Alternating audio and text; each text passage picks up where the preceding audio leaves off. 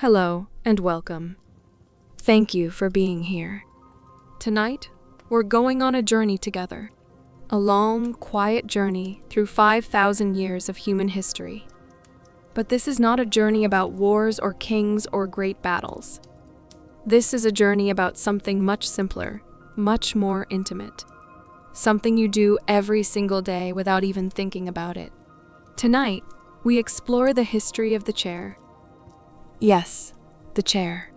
That simple object beneath you right now, or beside you, or somewhere in your home. Something so ordinary, so common, that we barely notice it. But the chair has a story. A fascinating story. A story that touches every civilization, every culture, every corner of human experience. The pace will be gentle. The voice will be calm. There's no urgency here.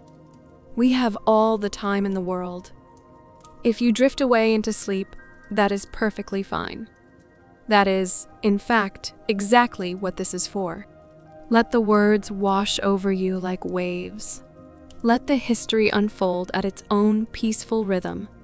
And if you're still awake at the end, you'll have learned something remarkable. You'll never look at a chair the same way again. You'll see the thousands of years of human ingenuity in every seat, every backrest, every carefully shaped leg. Let us start our journey at the very beginning. Long, long ago. In a time before writing, before cities, before civilization as we know it. In a time when humans first looked at the ground beneath them and thought, perhaps there is a better way to sit. Are you ready? Then let us begin. Chapter 1. The Beginning Stone Seats and Ancient Origins. Close your eyes for a moment and imagine the earliest humans. They walked the earth, hunted, gathered, and at the end of a long day, they sat. But where did they sit? On the ground, of course. On rocks. On fallen logs. On the earth itself. For thousands and thousands of years, this was simply the way of things.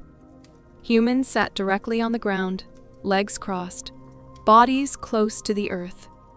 There was no thought of anything different. Why would there be? The ground had always been there, solid and reliable beneath them. But somewhere, deep in the mists of prehistory, something changed. Someone, somewhere, had a simple thought. What if we could sit higher? What if we could raise ourselves up, just a little, from the cold ground? We cannot know who this person was. We cannot know their name, their face, or their story. But we know they existed because we have found what they left behind. In a place called Skara Brae, on the remote Orkney Islands of Scotland, archaeologists discovered something remarkable.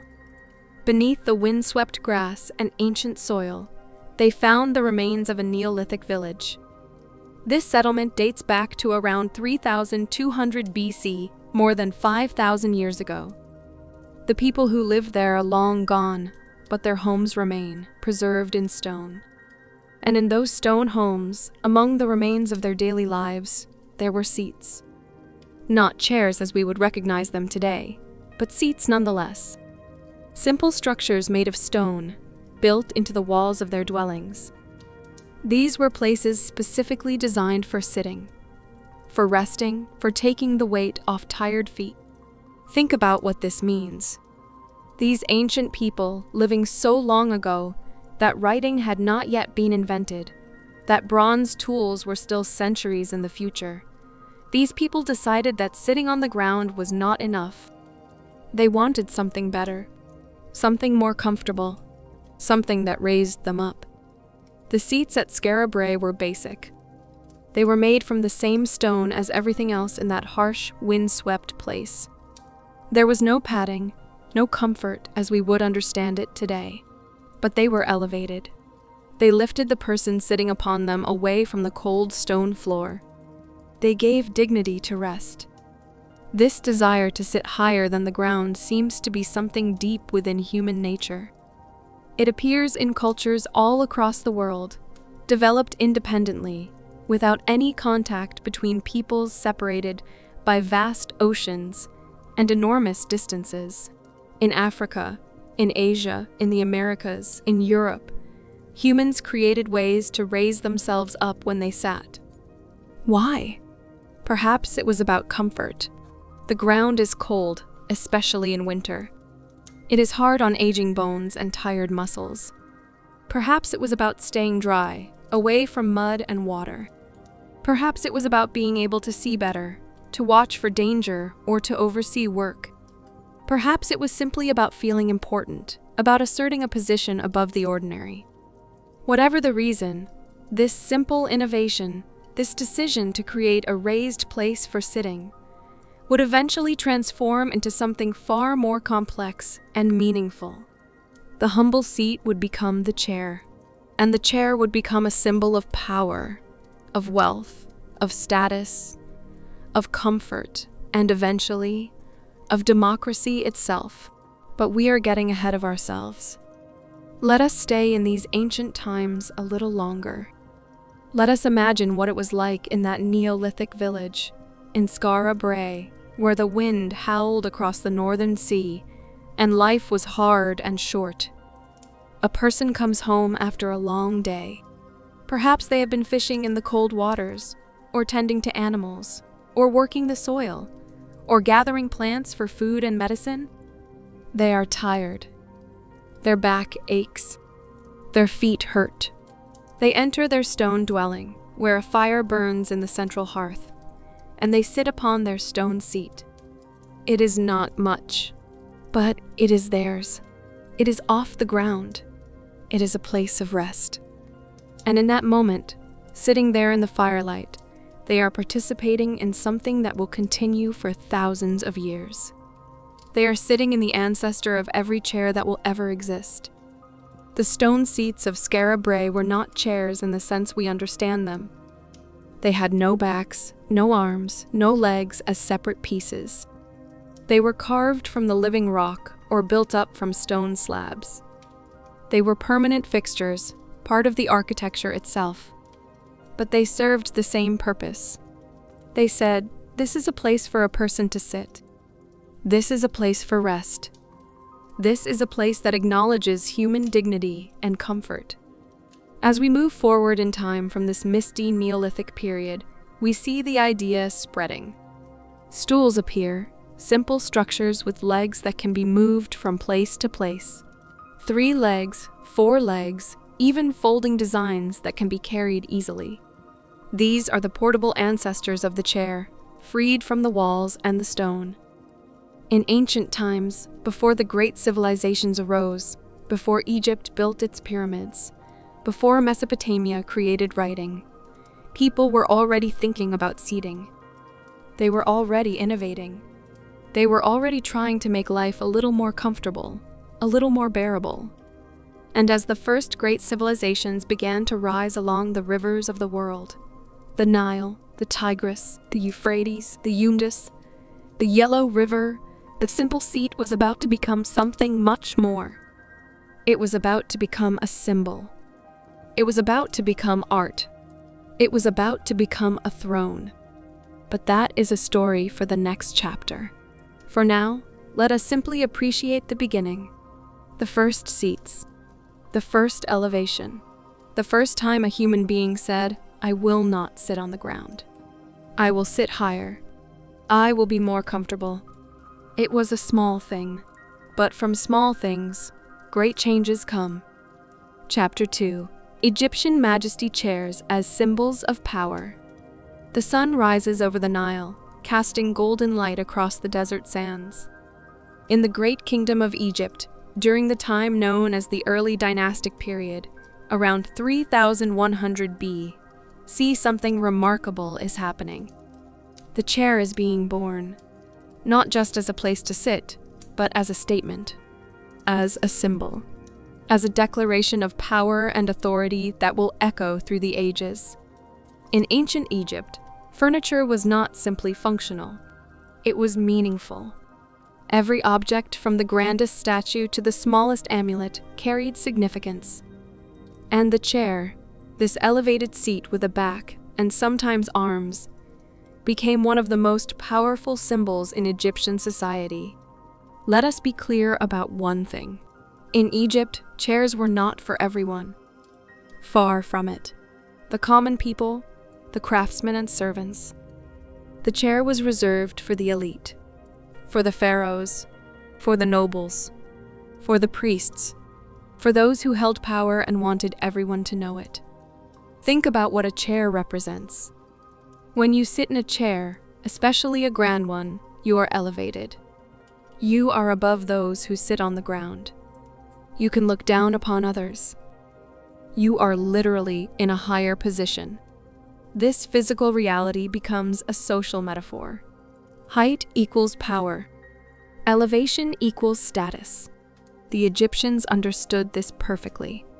They created chairs that were not just functional, but magnificent. Chairs that took months or even years to make. Chairs that used the most precious materials available. Chairs that were works of art as much as they were pieces of furniture.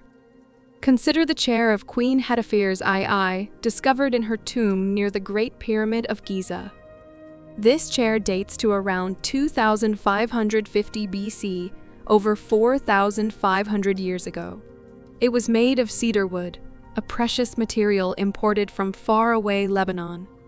But wood alone was not enough for a queen. The chair was covered in gold leaf, shimmering in the torchlight of the tomb. It featured copper fittings and inlays of faience, a brilliant blue-green glazed ceramic that Egyptians mastered like no other civilization. The chair had a high back. It had armrests. The legs were carefully carved to resemble the legs of animals, lions' paws perhaps, connecting the power of the pharaoh to the strength of beasts. Every detail was considered. Every element served a purpose, practical or symbolic or both. When Hetepheres sat upon this chair, she was not simply resting. She was making a statement. She was demonstrating her royal status. She was showing everyone who saw her that she was above the common people, literally and figuratively. The chair was her throne, her seat of authority, her mark of divine right. And then there is the chair of King Tutankhamun, the boy pharaoh whose tomb became one of the most famous archaeological discoveries in history. When Howard Carter opened that sealed tomb in 1922, among the treasures he found were several chairs, each more magnificent than the last. One chair, often called the throne of Tutankhamun, is perhaps the most beautiful chair ever made. Imagine it, made of wood, covered entirely in gold leaf. The back panel shows the young king and his queen in an intimate domestic scene, very unusual for Egyptian royal art. The detail is exquisite. The craftsmanship is beyond compare. The legs of the chair are carved as lions' legs, connected by stretchers decorated with images of captive enemies, symbolizing Egypt's dominance over all foes. The chair was studded with precious stones. It featured intricate carvings of lotus flowers, symbols of rebirth and the sun. Every inch was decorated, every surface covered with meaning and beauty. This was not just a place to sit. This was a statement about the divine nature of kingship itself. But why chairs? Why not stools or benches? What made the chair so special in Egyptian eyes? The answer lies in the components. The back of an Egyptian royal chair was like a billboard, announcing the power and divinity of the person who sat there. It could be carved with royal names, with protective deities, with scenes of triumph and power. A chair has armrests. These provide comfort, but they also create a defined space. When you sit in a chair with arms, you are enclosed, protected, set apart. The chair creates a boundary between you and the world. For a ruler, this boundary was important. It marked the separation between the divine pharaoh and ordinary mortals. And of course, a chair lifts you up. An Egyptian royal chair was carefully designed with the right height. Not so low that the pharaoh seemed weak, not so high that climbing up would be undignified. The height was calculated to create the right impression, to position the ruler at the perfect level to receive subjects, to give judgments, to conduct the business of kingship. The chairs were often placed on platforms, raising them even higher. The pharaoh would sit on his golden throne on a raised dais in a grand hall, towering over everyone else. The message was clear and unmistakable. This person is above you. This person is closer to the gods. This person rules by divine right. But these magnificent chairs were not just for show. They were actually used, and they were designed with comfort in mind. The seats were often slightly dished, curved to fit the human body. They were topped with cushions or pads, making long periods of sitting more bearable. The backs were angled for support. The armrests were at comfortable heights. The Egyptians, for all their symbolism and grandeur, understood ergonomics. They understood that a ruler might sit for hours, receiving visitors, hearing petitions, conducting ceremonies. The chair needed to be comfortable enough for this, while still being magnificent enough to inspire awe. Egyptian chairs were also remarkably low by modern standards. Many had seats only about 10 inches off the ground. This seems very low to us today, but remember that Egyptians of all classes typically sat low. They were accustomed to it.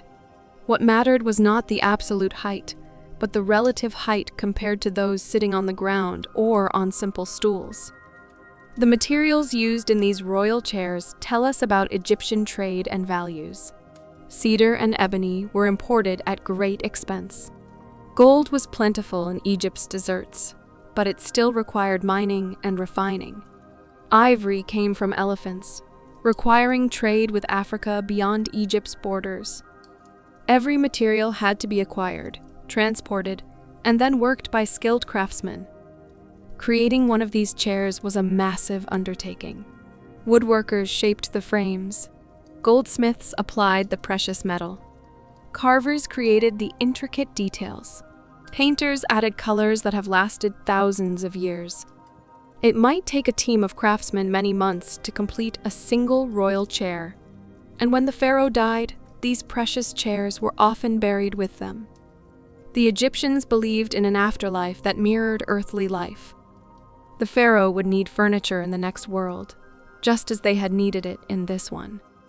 So into the tomb went the chairs, sealed away in darkness, waiting for a ruler who would never sit upon them again. For thousands of years, these chairs remained hidden, preserved by Egypt's dry climate and the sealed tombs. Then, when archaeologists began opening these tombs in modern times, the chairs emerged. Still beautiful, still powerful, still making their statement about royalty and divinity and power. But here is something important to remember. For every magnificent royal chair, there were thousands of Egyptians who never sat on anything but the ground. The pyramid builders, the farmers, the servants, the craftsmen who made these very chairs, they had no chairs of their own. They squatted or sat cross-legged or perched on simple stools. This Egyptian vision of the chair as a symbol of power would influence civilizations for thousands of years. The idea that the most important person should sit in the most elevated position would persist through cultures and ages. Even today, we speak of the chairman, the person who sits at the head of the table. We talk about someone taking the chair, meaning taking control. The language of power is still the language of sitting. But the Egyptian civilization, for all its grandeur, would eventually fade. The great kingdoms would crumble. The pharaohs would become legends. And the chair would travel to new lands, to new peoples, to new civilizations who would add their own innovations and meanings. The Greeks were coming, and they would bring something new to the chair. Something unexpected. They would bring comfort. Chapter 3. Greek and Roman Elegance. Breathe slowly. Let your body relax. We are moving forward in time now, leaving the golden sands of Egypt behind, traveling across the Mediterranean Sea to a new land, to Greece, to a civilization that would change the chair forever. The ancient Greeks received many things from Egypt: art, ideas, mathematics, philosophy. But they did not simply copy what they received. They transformed it. They questioned it. They made it their own. And this is exactly what they did with the chair. In Egypt, the chair was about power. In Greece, the chair became about something else. It became about beauty, about proportion, about the human form.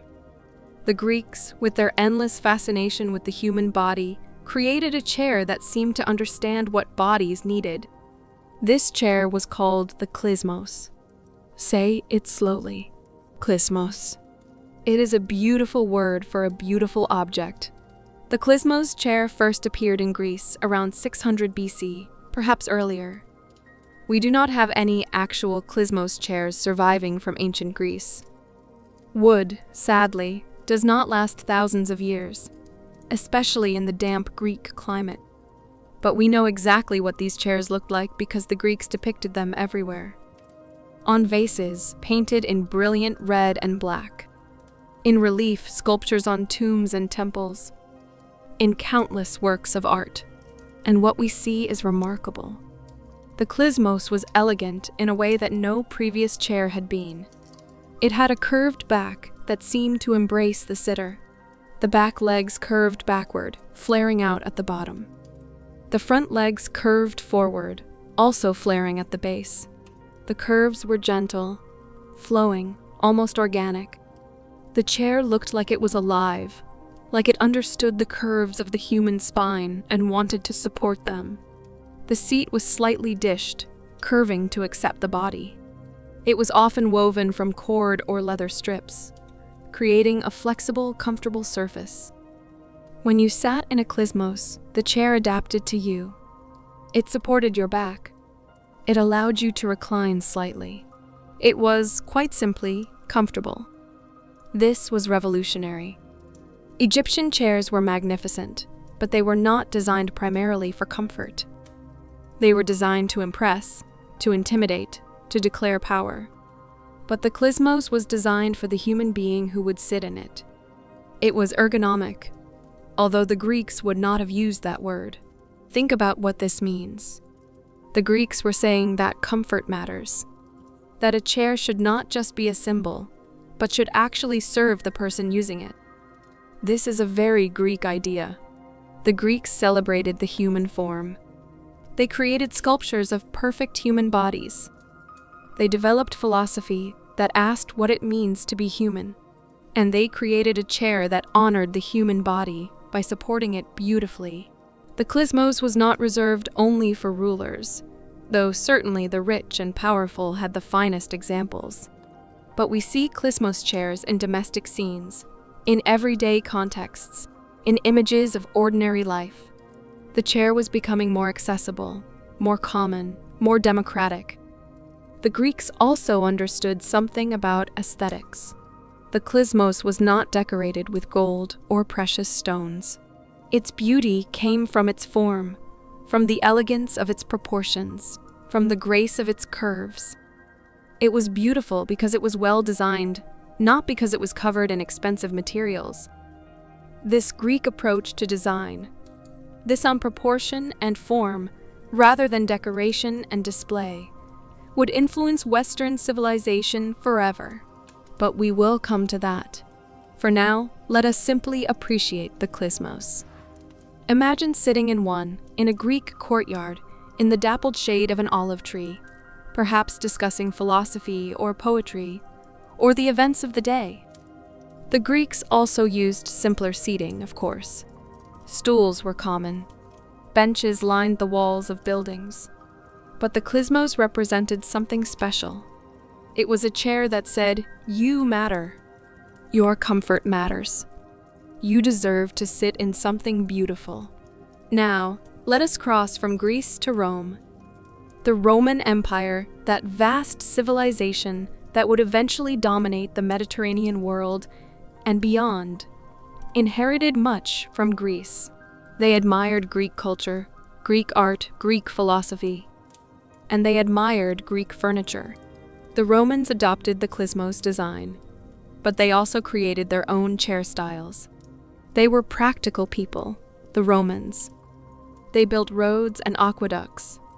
They organized vast armies.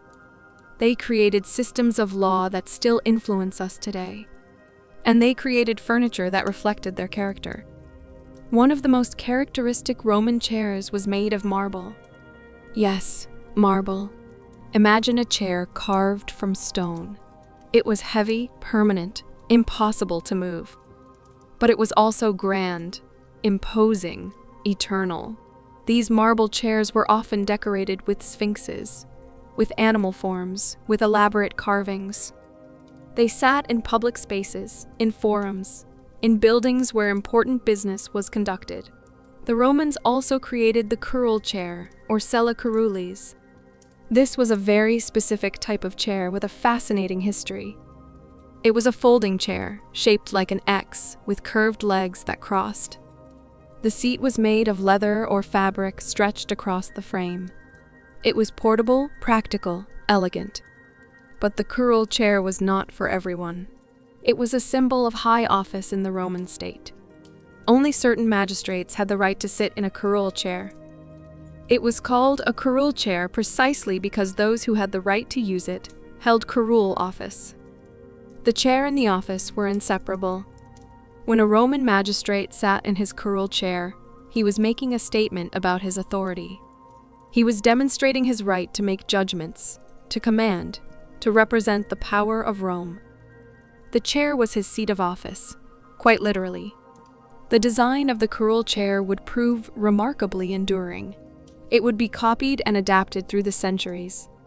In medieval Europe, church officials used similar folding chairs called folder stools. In the Renaissance, the curule design would be revived and celebrated. Even today, we see echoes of this ancient Roman chair in modern furniture. The Romans also understood luxury and comfort in ways that would not be matched for many centuries. They created chairs with cushions, with upholstery, with padding. They used expensive fabrics. They understood that a chair could be both beautiful and comfortable, both impressive and pleasant to sit in. In Roman villas, in the homes of the wealthy, there were chairs of many types. Dining chairs that allowed Romans to recline at their famous feasts. Reading chairs where scholars could study their scrolls. Chairs for women's quarters, often smaller and more delicate. Chairs for public rooms, where visitors could be received and business conducted. The Romans spread their chair designs throughout their vast empire. From Britain to Egypt, from Spain to Syria, Roman furniture styles influenced local traditions. When Roman power eventually collapsed, when the empire fell to barbarian invasions, many of these furniture traditions were lost or transformed. But some survived, preserved in images, in descriptions, and in a few precious archaeological finds.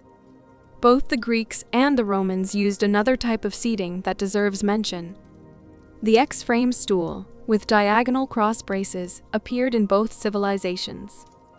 These stools were portable, collapsible, practical. They could be carried on military campaigns, taken to outdoor events, moved from room to room as needed. They were the ancestors of our modern folding chairs. What the Greeks and Romans gave us, ultimately, was the idea that a chair could be more than just a symbol of power. It could be beautiful. It could be comfortable. It could be designed with care and thought for the person who would use it. It could be practical as well as prestigious. They also gave us variety. Different chairs for different purposes.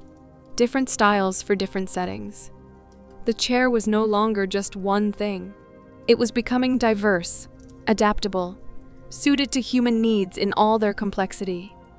As the Roman Empire declined and fell, as the classical world gave way to what we call the Middle Ages, much of this sophistication was lost. Europe entered a period of upheaval and change, and the chair, like so much else, would change with it. But the Greek and Roman legacy would never be completely forgotten. In monasteries, monks copied ancient texts. In museums and ruins, ancient furniture survived or was remembered. And when Europe eventually emerged from the Middle Ages, when the Renaissance began, people would look back to Greece and Rome for inspiration. They would rediscover the Klismos. They would revive the curl chair. They would remember that furniture could be elegant, beautiful, and human-centered. But that is far in the future. For now, we must turn to a very different time.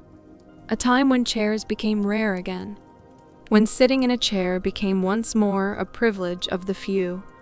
We must turn to the medieval world, to castles and cathedrals, to a time when the chair was, quite literally, a throne. Chapter 4. The Medieval Throne Power and Privilege. The candles flicker in the great hall. Outside, the wind howls around the stone walls of the castle. Inside, in the center of the room, raised on a platform, sits a single chair. It is massive, carved from oak, decorated with symbols of authority. And it is empty, waiting. This is the medieval world. A world very different from Rome, very different from Greece. The Roman Empire has fallen. The classical world is gone. Europe has fragmented into countless kingdoms, duchies, baronies. Power is local, personal, often violent. And in this world, the chair takes on a meaning more powerful than ever before. In the Middle Ages, from roughly 400 AD to 14 AD, chairs became rare again.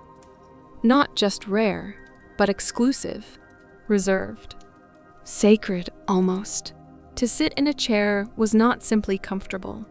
It was a statement of authority that everyone understood and respected. Think about this carefully. In a medieval hall, whether in a castle, a manor house, or a church, there might be only one chair. One single chair. Everyone else sat on benches along the walls, on stools, on the floor, or stood. But there was one chair, and it was for one person only. The Lord, the bishop, the king, the person in authority. This chair was called many things. A cathedra, if a bishop sat in it, which is where we get the word cathedral. A church with a bishop's chair. A throne, if a king or great noble occupied it. A seat of judgment, when it was used to pronounce legal decisions.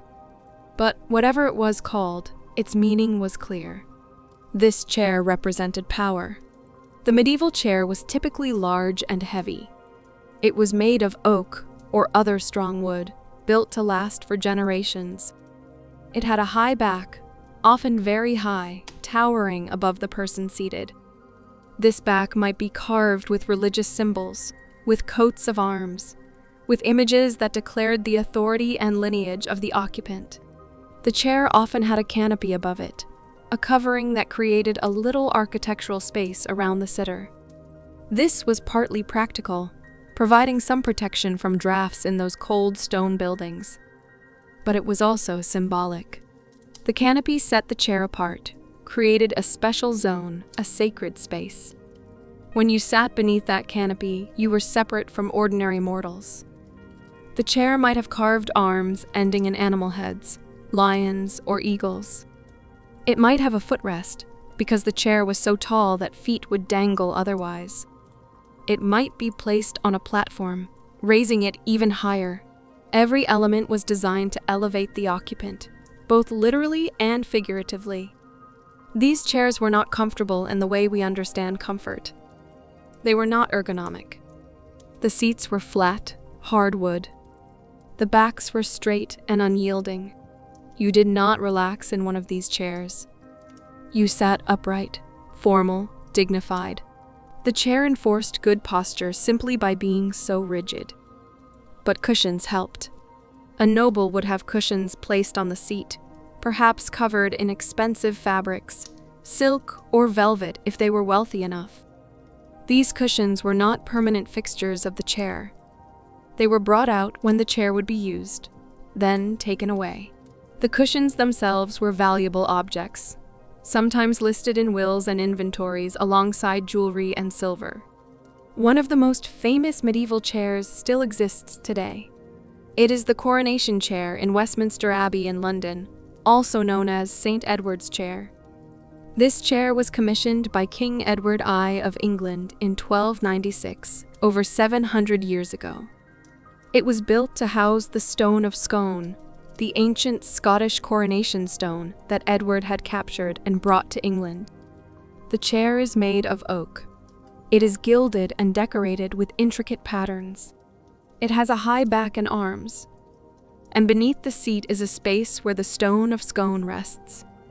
Since 1308, every English monarch except two has been crowned sitting in this chair. Think about that? The same physical chair used for coronations across more than 7 centuries.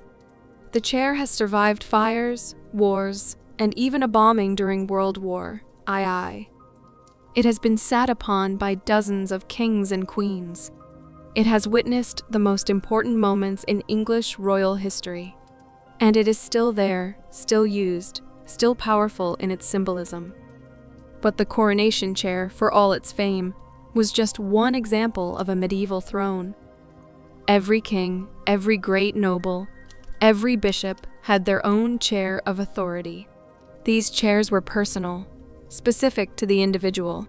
When a lord died, his chair might be inherited by his son, carrying with it the authority of the position. The church, in particular, understood the power of the chair. Bishops sat in their cathedrals, their cathedral chairs, when they taught and preached. This was the official seat, the chair from which they exercised their authority as teachers and leaders of the Christian community. The chair made their words official, authoritative, binding. Popes sat on elaborate thrones, some of which were carried on poles by servants, allowing the Pope to be elevated above crowds during processions. The throne moved with the Pope, ensuring that wherever he went, he could be seen, elevated, set apart. But here's what is most important to understand about medieval chairs. They were not about comfort, or even primarily about impressing people with wealth. They were about authority, pure and simple. The chair was the physical manifestation of the right to rule, to judge, to command. When a lord sat in his chair in his great hall, he was literally taking his seat of power.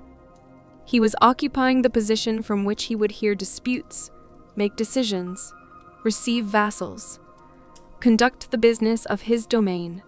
The chair was not just furniture. It was an instrument of government. This is why there was typically only one chair in a medieval hall. To have multiple chairs would dilute the symbolism. It would suggest that authority was shared or divided. But authority, in the medieval understanding, came from above, from God, through kings and lords and bishops in a strict hierarchy. And that hierarchy was represented physically by who sat in the chair. Common people never sat in chairs. Not in their own homes, not anywhere. They sat on benches, on stools, on the ground.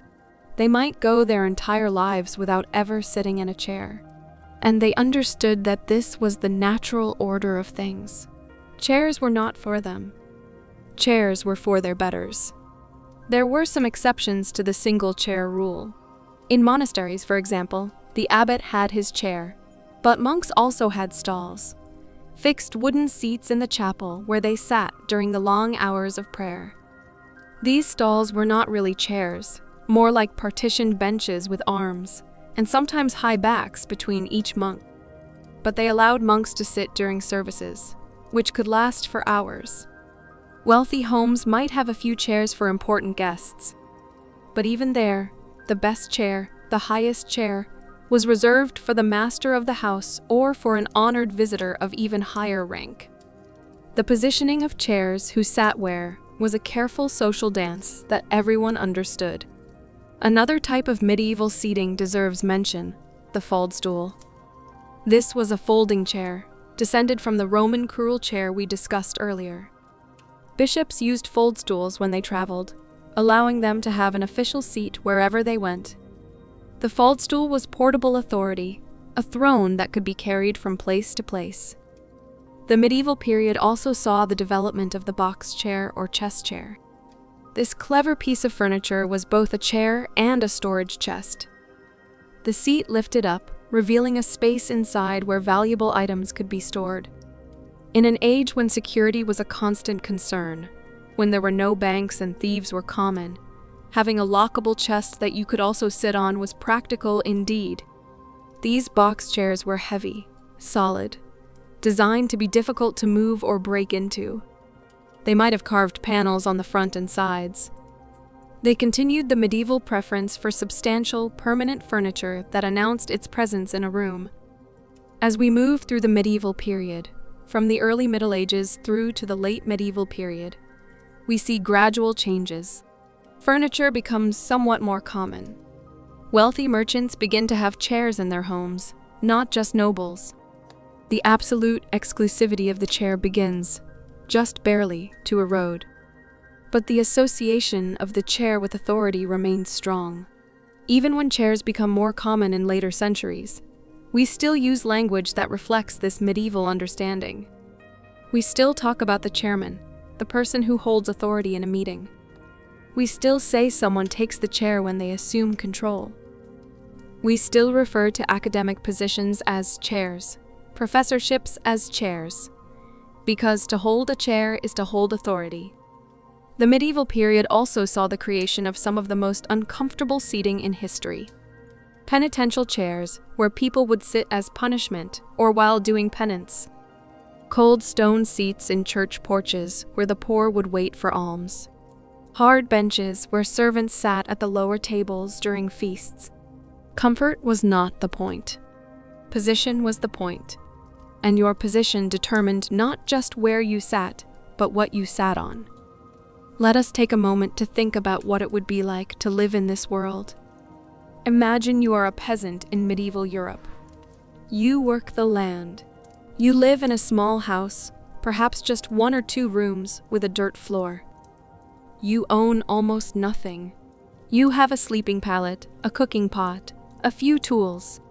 You have no chairs. You have no table in the modern sense. When you sit on the ground or on a log, or on a simple 3-legged stool if you are fortunate. You have never sat in a chair. You never will sit in a chair. And you know this. You accept this. It is simply the way the world is organized. When you go to church, you stand or kneel for the service. There are no pews yet. Those come later. You stand for hours sometimes, listening to words in Latin that you do not understand, watching rituals that are mysterious and awe-inspiring. And at the front of the church, the bishop or priest sits in his chair, elevated, separate, closer to God. When you are called to the manor house because of some legal matter, you stand in the great hall with the other peasants.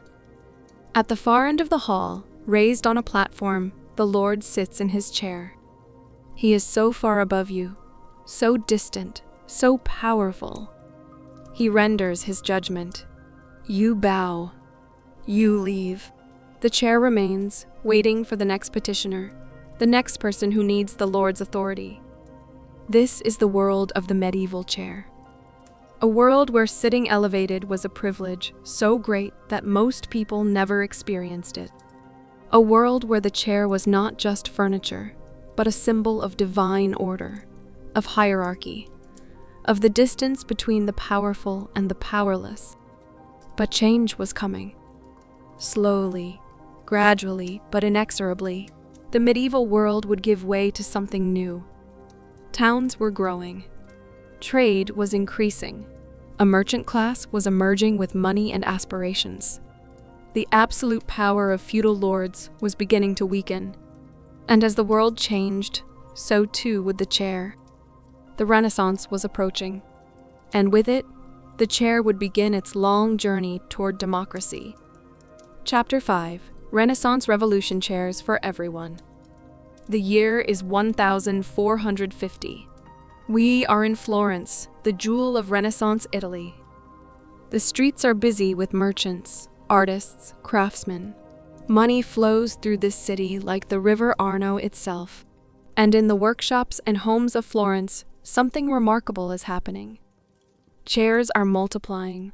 The Renaissance, that great flowering of art and learning and culture that swept through Europe from roughly 1400 to 17, changed many things.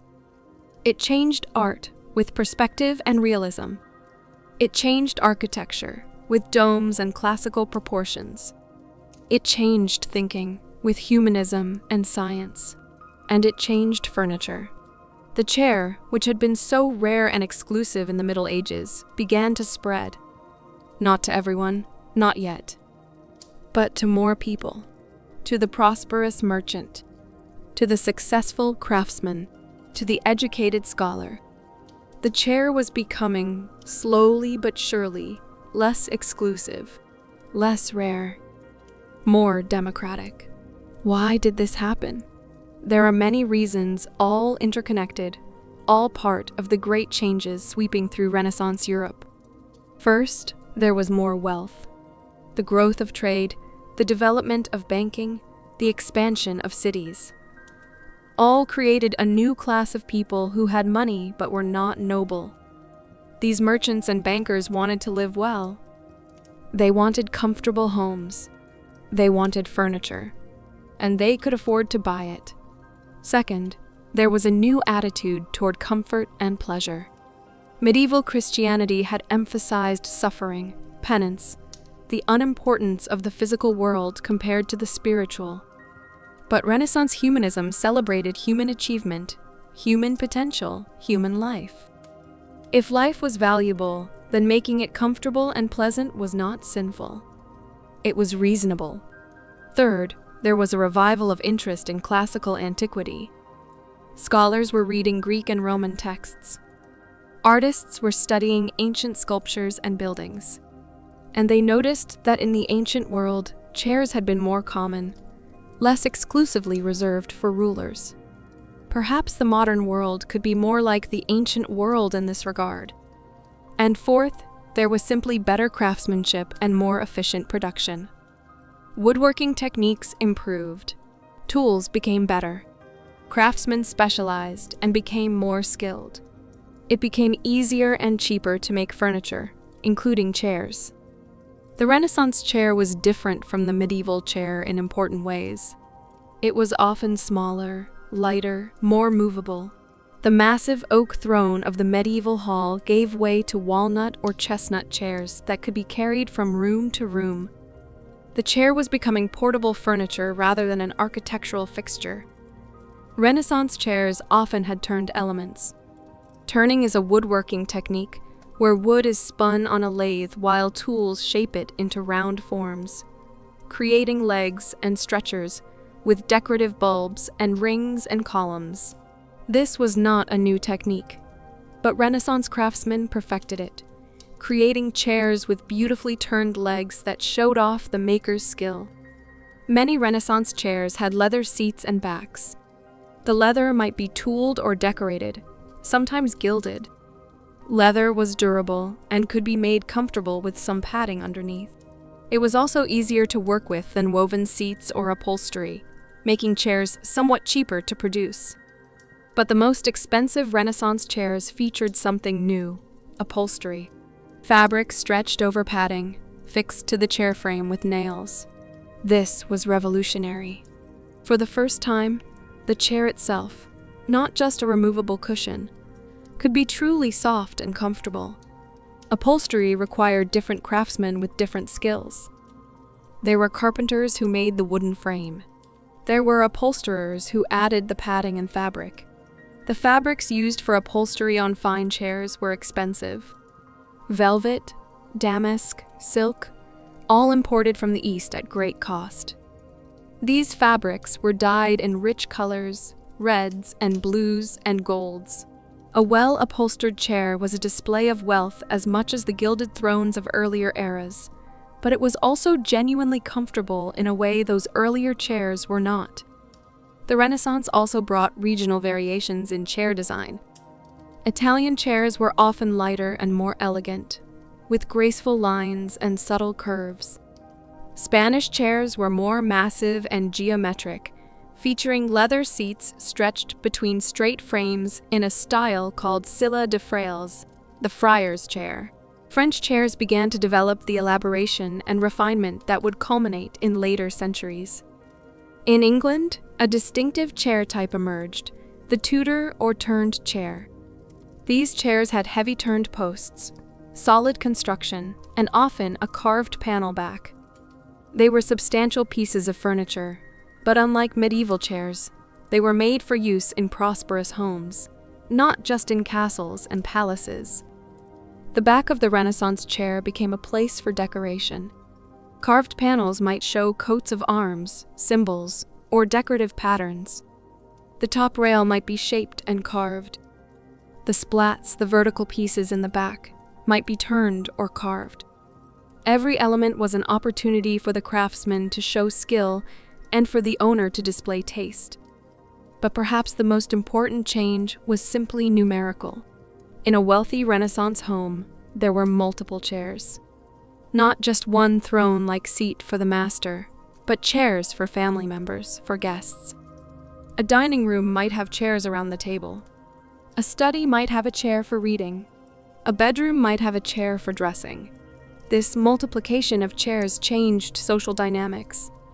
When there are multiple chairs in a room, people can sit facing each other, conversing more easily. The single throne created a one-directional relationship, with everyone focusing on the occupant. Multiple chairs created the possibility of more democratic interaction, of conversation rather than pronouncement. Let us pause and imagine a scene. It is 1550. We are in the home of a prosperous Florentine merchant. The room is well furnished. There are tapestries on the walls. A large table dominates the center, and around the table there are 8 chairs. The family gathers for dinner. Father sits at the head of the table. Yes, his chair perhaps slightly grander than the others, but mother has a chair. The grown children have chairs. A visiting business associate has been given a chair. Everyone sits at the same level, around the same table, eating together. This would have been impossible in the medieval period. This equality of seating, this democracy of the dinner table, represents a profound shift in how people related to each other. The chair was becoming less about hierarchy and more about comfort and function. The Renaissance also saw the development of specialized chairs. Reading chairs, where a scholar could sit for hours studying books. Writing chairs, positioned at desks. Prayer chairs for private devotions. Each activity had its appropriate seating. There were even birthing chairs, special seats where women would sit during childbirth. These chairs had a gap in the seat and handles on the arms, designed to assist in delivery. They were used for centuries and represent the Renaissance tendency to create specialized furniture for specific purposes. The X-frame chair descended from the ancient Roman curule chair, reappeared in the Renaissance. Called a Savonarola chair in Italy, or a Dante chair, this folding chair with multiple X-shaped slats became popular among the wealthy. It was prestigious because of its classical associations, but it was also practical because it could be folded and stored. Another revival from antiquity was the concept of the chair as a work of art. Some Renaissance chairs were carved by skilled artisans and were as much sculpture as furniture. These chairs might never be sat upon, or only on the most special occasions. They were display pieces, demonstrations of wealth and taste. But we must not imagine that chairs were available to everyone, even in the Renaissance. The poor still sat on benches, or stools, or the ground. A peasant in 15 lived much as a peasant in 1000 had lived, with little furniture and no chairs. The Renaissance transformation affected the wealthy and the emerging middle class, but it left most of humanity untouched. Still, the direction was clear. Chairs were becoming more common. The association between chairs and absolute authority was weakening. The chair was becoming domesticated, brought into the home, made part of everyday life rather than reserved for ceremonial occasions. The Protestant Reformation, which began in 1517 when Martin Luther posted his theses, also had an effect on chairs. Protestant churches rejected much of the elaborate ceremony and hierarchy of Catholic worship. They emphasized the congregation, the community of believers. And in Protestant churches, pews began to appear, fixed benches where the congregation could sit during services. This was revolutionary. For the first time, common people were given permanent seating in church. They did not have the individual chairs of the wealthy, but they had more than the standing or kneeling of earlier eras. The pew was a democratizing force, suggesting that all believers had a place, a seat, in the community of faith. The Renaissance also brought new woods into European furniture. Explorers were sailing to distant lands, bringing back strange and wonderful materials. Mahogany from the Americas, rosewood from Asia, exotic veneers that could be sliced thin and applied to furniture surfaces. These new materials inspired new designs and new techniques. Veneering, the art of gluing thin sheets of beautiful wood onto a base of ordinary wood, became increasingly sophisticated. A chair could appear to be made of expensive, exotic wood, while actually being made mostly of cheaper materials. This made beautiful furniture more accessible to more people. As the Renaissance progressed into the 1600s, chairs continued to evolve. They became more comfortable, more varied, more widely available. The stage was being set for the next great developments. The Baroque period was approaching, with its emphasis on grandeur and display.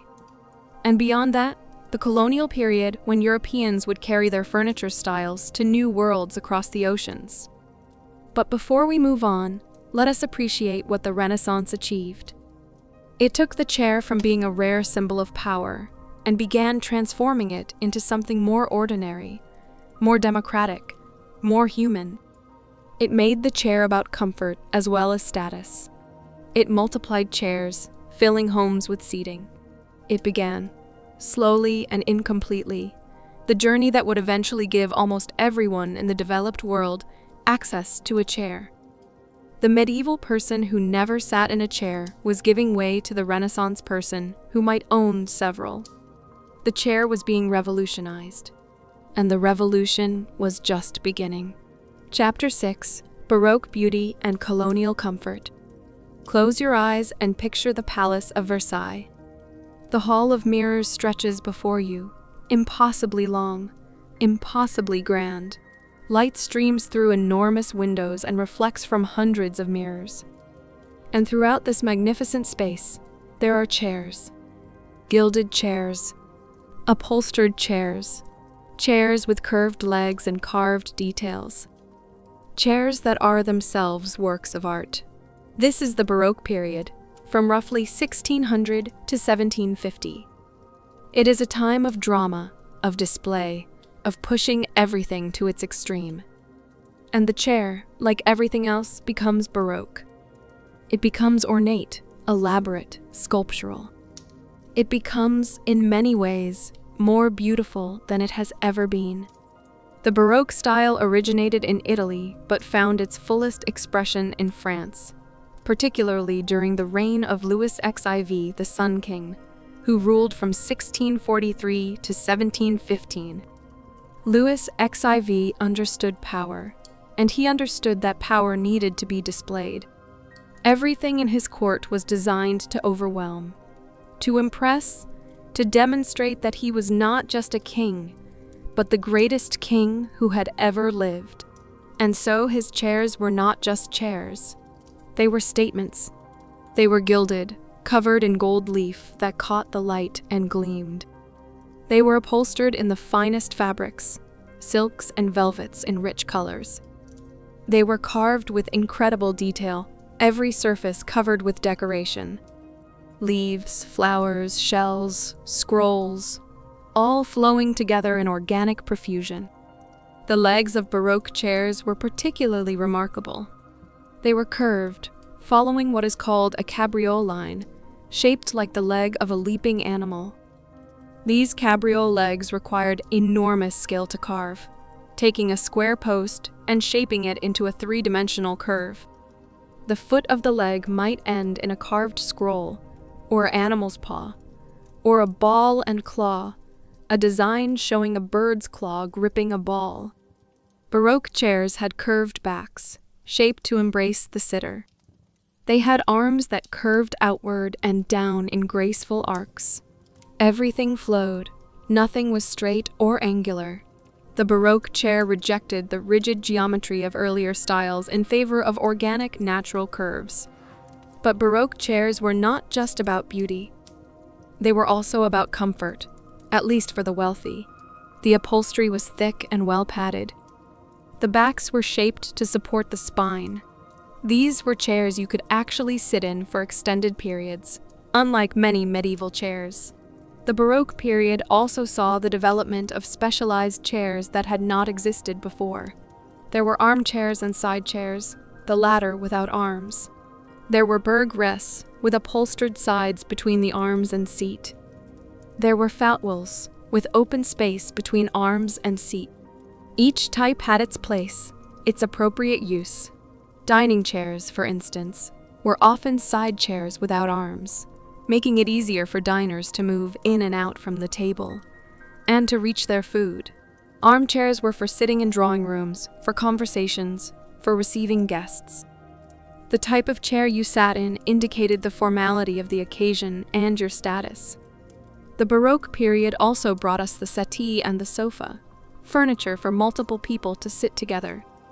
These were essentially extended chairs, with backs and arms and upholstery, but long enough for 2 or 3 people.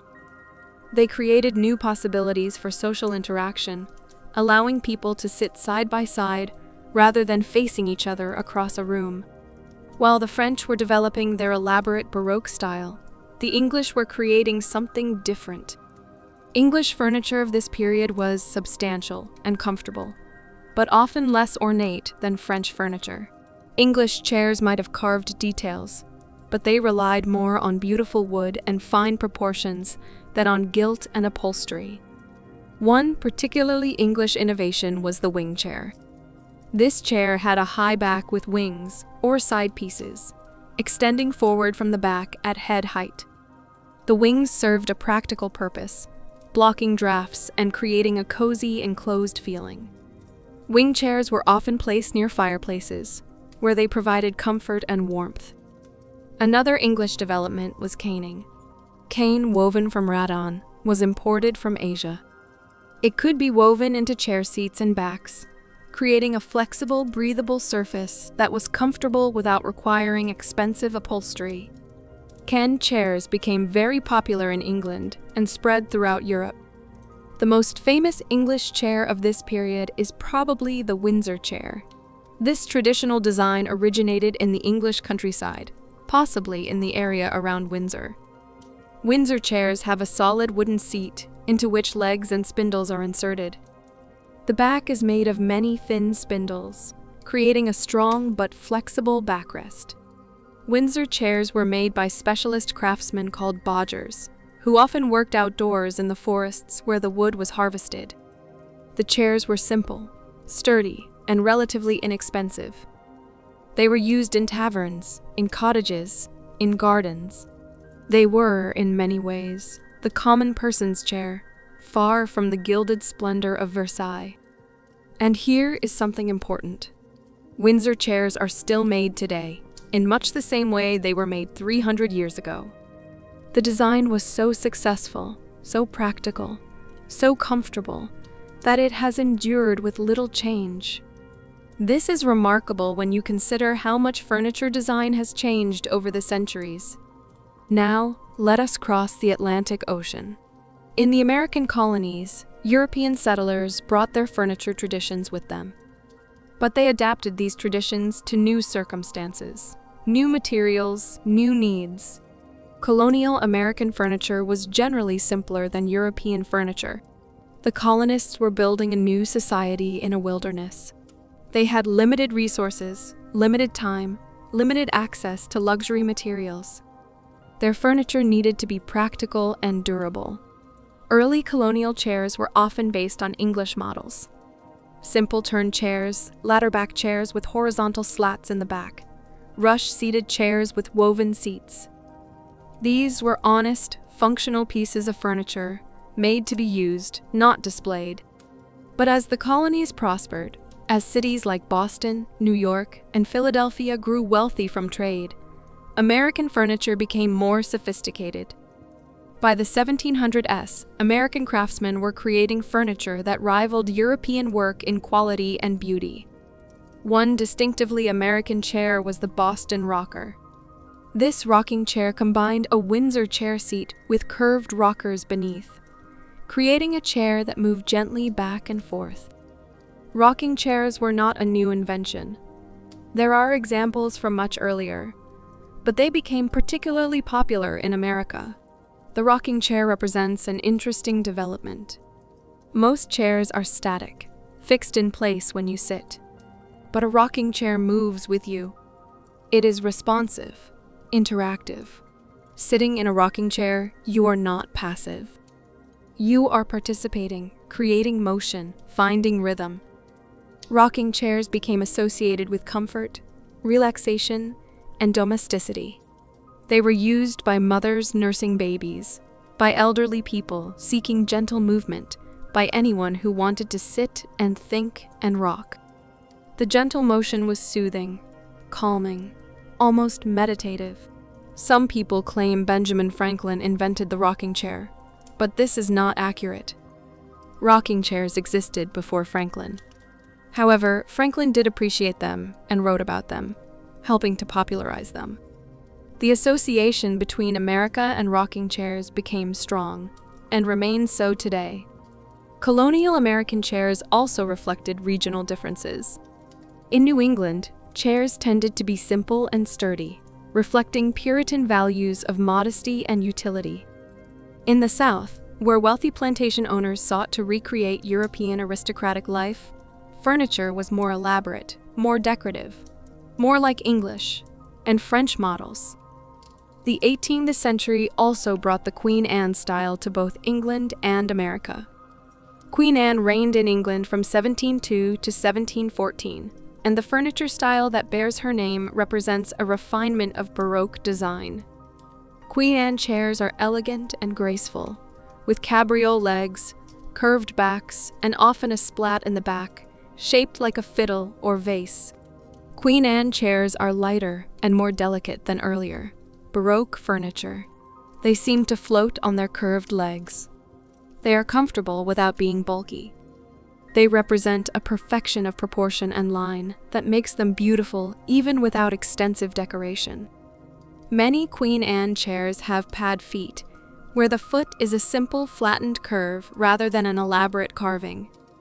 This simplicity makes the overall form of the chair more apparent. You notice the curves, the grace, the balance, rather than being distracted by decorative details.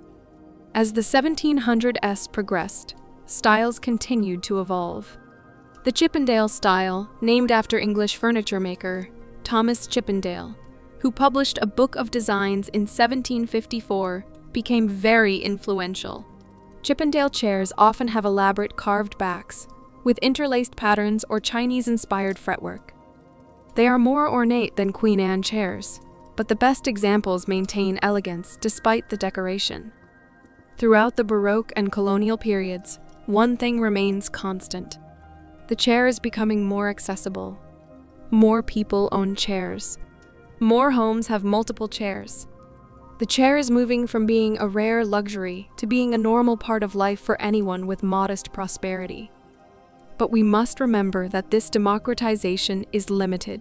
The beautiful chairs we have been discussing, the gilded Baroque chairs and the graceful Queen Anne chairs, and even the simple Windsor chairs, these are still beyond the reach of the very poor.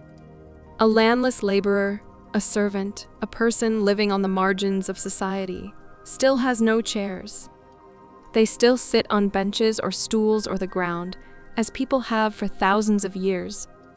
Nevertheless, the trend is clear. Each century sees more chairs in more homes. The circle of people who have access to chairs is widening. Slowly, imperfectly, but steadily, the chair is spreading through society. Let us take a moment to appreciate the craftsmanship of these Baroque and Colonial chairs. Everyone was made by hand. A chairmaker might spend days or weeks on a single piece. They would select the wood, considering grain and color. They would cut and shape each piece. They would carve the details using chisels and gouges, removing tiny shavings to reveal the form hidden in the wood. They would join the pieces using mortise and tenon joints, pegs, glue. They would finish the surface, sanding smooth, applying stain or paint or gilt. If the chair was upholstered, they would work with upholsterers who added their own skills. Each chair was individual. Even chairs made as a set would have slight variations. This was not mass production. This was craft in the oldest and best sense of that word. The maker's hand, the maker's eye, the maker's skill were present in every chair. And these chairs lasted. Many Baroque and Colonial chairs still exist, still used, still beautiful after 300 years. They are in museums, in historic houses, in antique shops, sometimes still in homes, treasured family heirlooms passed down through generations. They were built to last, and they have lasted. But change was coming. The world was changing. The Industrial Revolution was beginning. Machines were being invented that could do work faster and cheaper than human hands. And the chair, like everything else, would be transformed by industry. The age of handcraft was ending. The age of mass production was beginning. But we are not there yet. Let us rest here a moment longer, in this age of Baroque beauty and Colonial comfort, when chairs were still made one at a time by skilled craftsmen who took pride in their work. It is a good place to pause, to breathe, to let the images of these beautiful chairs fill your mind. Chapter 7. Industrial Age Mass Production arrives. The year is 1859. In a workshop in Vienna, a man named Michael Thonet is perfecting a process that will change the world of furniture forever. He is bending wood using steam, creating graceful curves without carving, without waste, with remarkable efficiency, and he is about to create the most successful chair in history. The Industrial Revolution, which began in England in the late 1700s and spread throughout Europe and America in the 1800s, transformed every aspect of human life. Factories replaced workshops. Machines replaced hand tools. Mass production replaced individual craft. And furniture, including chairs, was caught up in this transformation. Before we discuss Thonet and his remarkable chair, let us understand what the Industrial Revolution meant for furniture making. For thousands of years, furniture had been made the same way. A craftsman, working with hand tools, shaped wood into functional and beautiful objects. Each piece was individual. Production was slow. Furniture was expensive. But the Industrial Revolution brought new tools. Water-powered and later steam-powered machines could cut wood faster and more precisely than any human hand. Specialized machines could turn legs, cut veneers, drill holes, sand surfaces. A factory could produce in a day what a craftsman might take weeks to make. This had several effects. First, furniture became cheaper. Mass production always reduces costs. Second, furniture became more standardized. When you make things by machine, you make them the same every time. Third, furniture became more widely available. Lower costs meant more people could afford to buy. But mass production also worried many people. Would machine-made furniture be as good as handmade? Would it have the same soul, the same quality? Would the rise of factories destroy the craft traditions that had created such beautiful furniture in the past? These were real concerns, and we will return to them. But first, Michael Thonet. Thonet was born in Germany in 1796 and learned traditional woodworking. But he was also an innovator, an experimenter. He became fascinated with the possibility of bending wood using steam and pressure. Wood, when heated and wet, becomes pliable. It can be bent into curves. When it cools and dries, it holds the curve permanently. This was not entirely new. Bow makers had used similar principles for centuries. But Thonet perfected the process for furniture making. He developed techniques for bending wood into the complex curves needed for chairs. And he realized that bent wood could replace carved wood, making production much faster and cheaper. In 1859, Thonet introduced his chair, Nouveau. 14. This chair would become the most successful furniture design in history. It was revolutionary. The chair Nouveau. 14, also called the bistro chair or calf chair, was elegantly simple. It had a round cane seat. It had a bentwood back in a simple curved loop. It had bentwood legs and stretchers. The entire chair was made from just 6 pieces of bent wood, plus screws and caning. It could be mass-produced in factories, and it could be shipped in pieces and assembled at its destination, making transport cheap and efficient. The chair was beautiful in its simplicity. The curves were graceful and organic. It was light, weighing only about 5 pounds, but strong and stable. It was comfortable, the bentwood back giving just the right support. It was inexpensive, costing just a few dollars, and it was perfect for cafes, restaurants, homes, anywhere people needed simple, reliable seating. Thonet and his sons, who joined the business, began mass-producing the chair Nouveau 14. They opened factories across Europe. They exported chairs all over the world. By 1930, over 50 million of these chairs had been sold. 50 million. No chair before or since has achieved such success. You have almost certainly seen a Thonet bentwood chair, even if you did not know that is what it was called. They are everywhere. In cafes and restaurants. In homes and offices. In photographs from the late 1800s and early 1900s. They have become so common, so familiar, that we barely notice them. But their influence cannot be overstated. The Thonet chair proved several important things.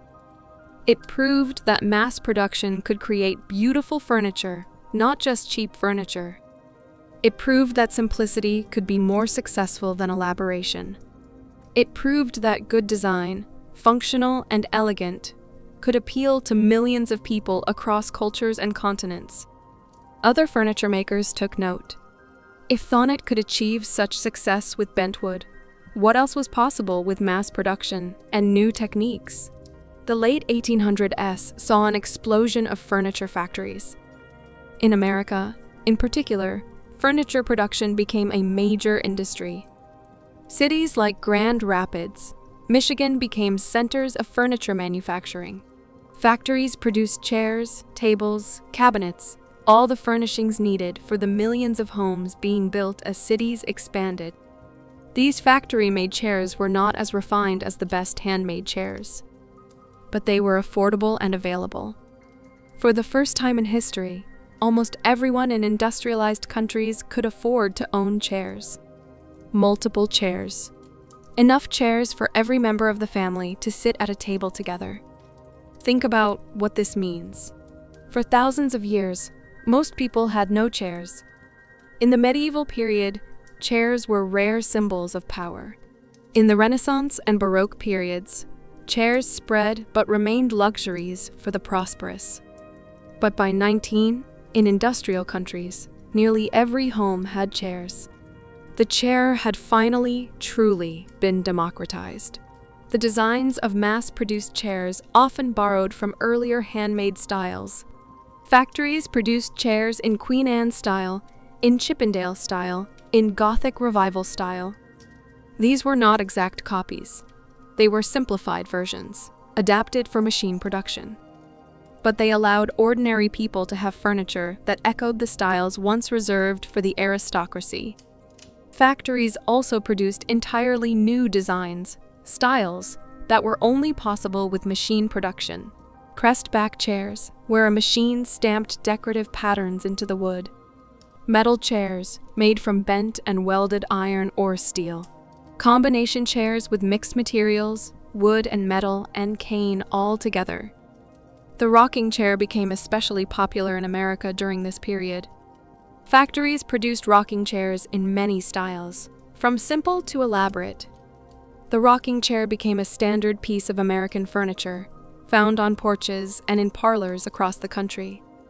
The late 1800s also saw the development of specialized chairs for specific purposes. Office chairs with swivels and adjustment mechanisms, allowing workers to sit comfortably at desks all day. Barber chairs that could be raised and lowered and reclined. Dentist chairs with elaborate mechanical systems. Invalid chairs, the ancestors of modern wheelchairs, giving mobility to those who could not walk. Each of these specialized chairs required innovation, engineering, manufacturing expertise. The chair was no longer just a place to sit.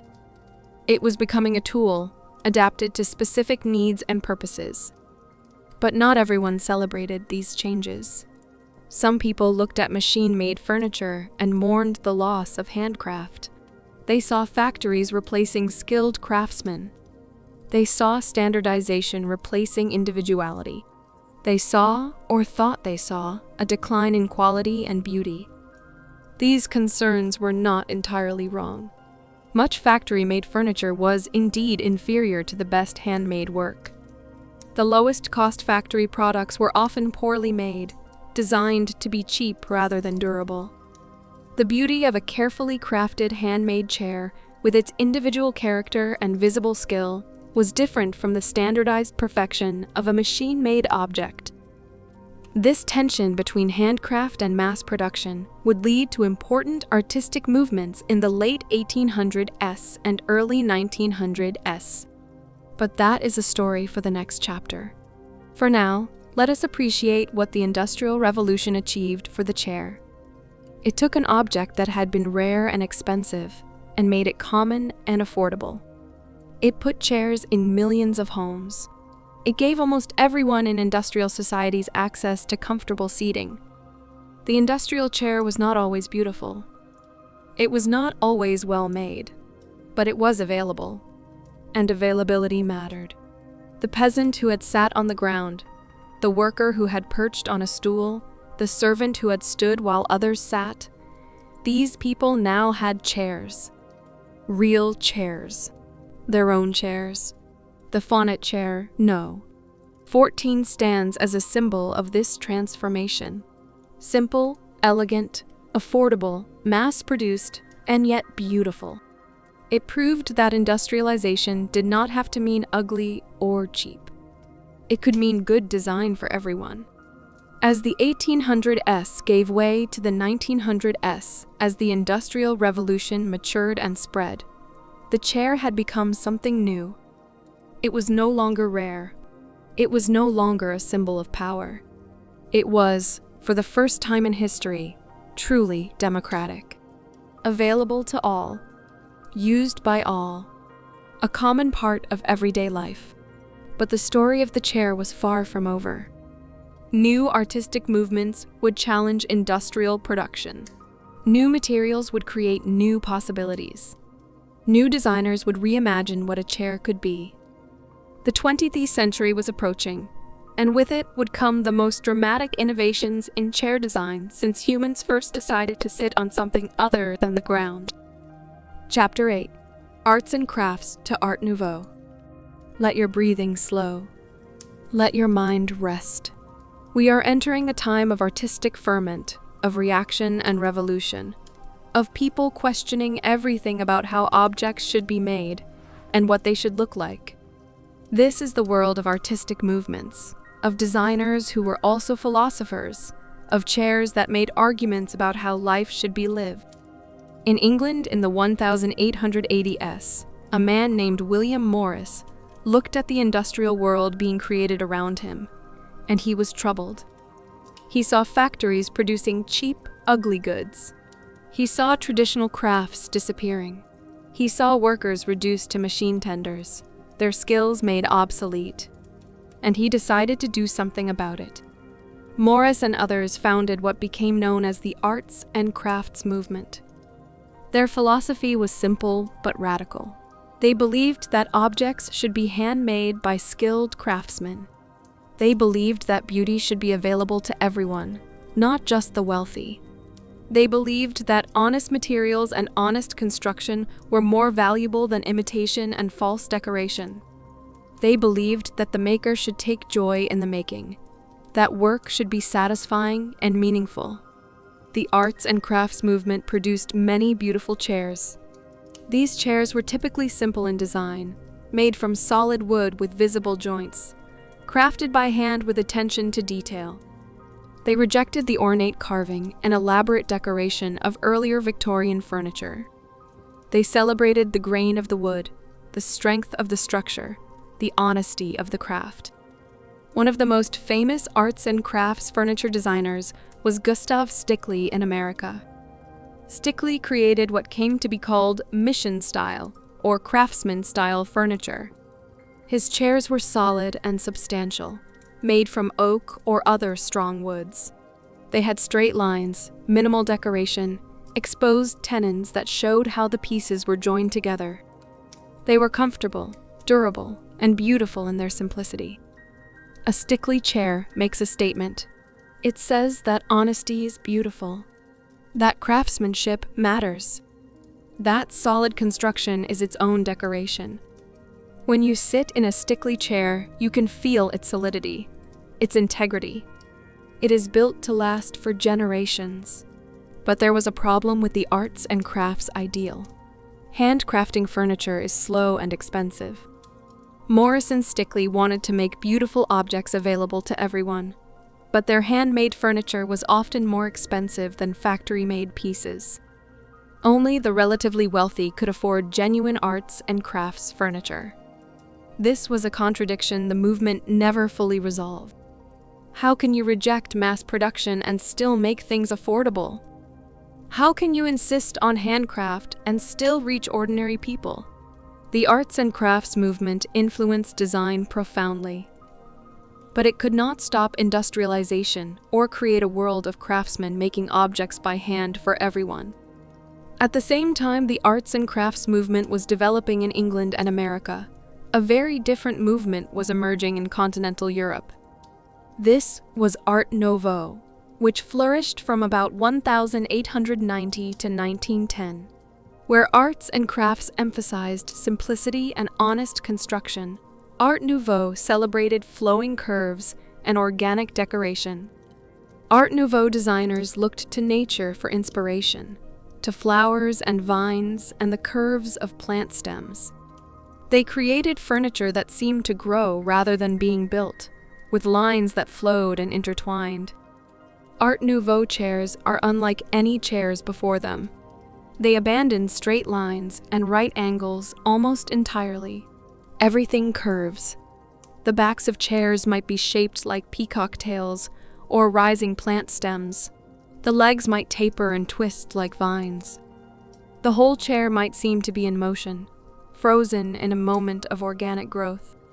The master of Art Nouveau furniture was probably Hector Guimard in France. His chairs and other furniture pieces are sculptural, almost dreamlike. They seem to exist in a world where the normal rules of structure and gravity do not fully apply.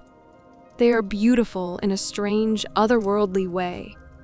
But Art Nouveau chairs, for all their beauty, are not always comfortable.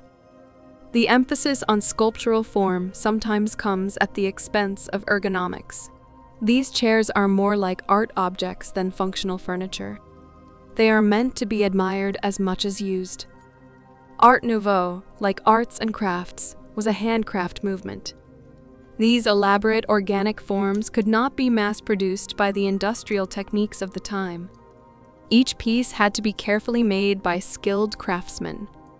So Art Nouveau furniture, like arts and crafts furniture, remained expensive and exclusive. Both movements were reactions against industrialization, but in different ways. Arts and crafts looked backward to a romanticized medieval past of craftsmen and guilds, making honest objects. Art Nouveau looked sideways to nature and tried to create something entirely new, unlike anything that had existed before. Meanwhile, in ordinary homes and businesses, people were still buying factory-made chairs. Bentwood chairs from Thonet, pressed-back chairs from American factories. Simple, affordable, mass-produced seating. The artistic movements influenced design at the high end. But most people's actual chairs were industrial products. As the 19th century ended and the 20th century began, designers began to think differently about the problem of mass production. Instead of rejecting it, as arts and crafts had done, or ignoring it, as Art Nouveau largely did, what if designers embraced industrial production? What if they designed specifically for machine manufacture? What if they created beauty through industrial means, rather than despite them? This question would be answered by a group of designers and architects in Germany after World War I. They would create a school called the Bauhaus. And the Bauhaus would revolutionize design, including chair design, as profoundly as anything since humans first sat on elevated surfaces. But before we get to the Bauhaus, let us appreciate what the arts and crafts and Art Nouveau movements achieved. They insisted that design mattered, that beauty was important, that objects should not just be functional, but should also delight the eye and enrich life. They created furniture that was truly artistic, that expressed ideas and values and visions. Arts and crafts chair says, craftsmanship is valuable. Simplicity is beautiful. Honest materials honestly used are their own decoration. An Art Nouveau chair says, nature is inspiration. Curves are more organic than straight lines. Furniture can be sculpture. These are powerful messages, and they continue to influence design today. These movements also trained a generation of designers who understood both artistic vision and practical making. They kept alive craft skills that might otherwise have been lost to industrialization. They created objects of such beauty that they are now in museums, treasured and protected. Let us imagine owning an arts and crafts chair. You would use it, certainly. You would sit in it, appreciate its solid comfort. But you would also value it beyond its function. You would appreciate the skill that made it. You would see the beauty in its simple lines. You would feel connected to the maker, even if you never knew their name. The chair would be more than just a place to sit. It would be a statement about your values, about what you believe is important. Now imagine owning an Art Nouveau chair. It would transform whatever room it was in. Its organic curves would be a focal point, drawing the eye. You might not sit in it often. It might not be designed for daily comfort, but it would give you pleasure every time you looked at it. It would be a work of art that happened to be a chair. Both movements remind us that chairs are not just about function.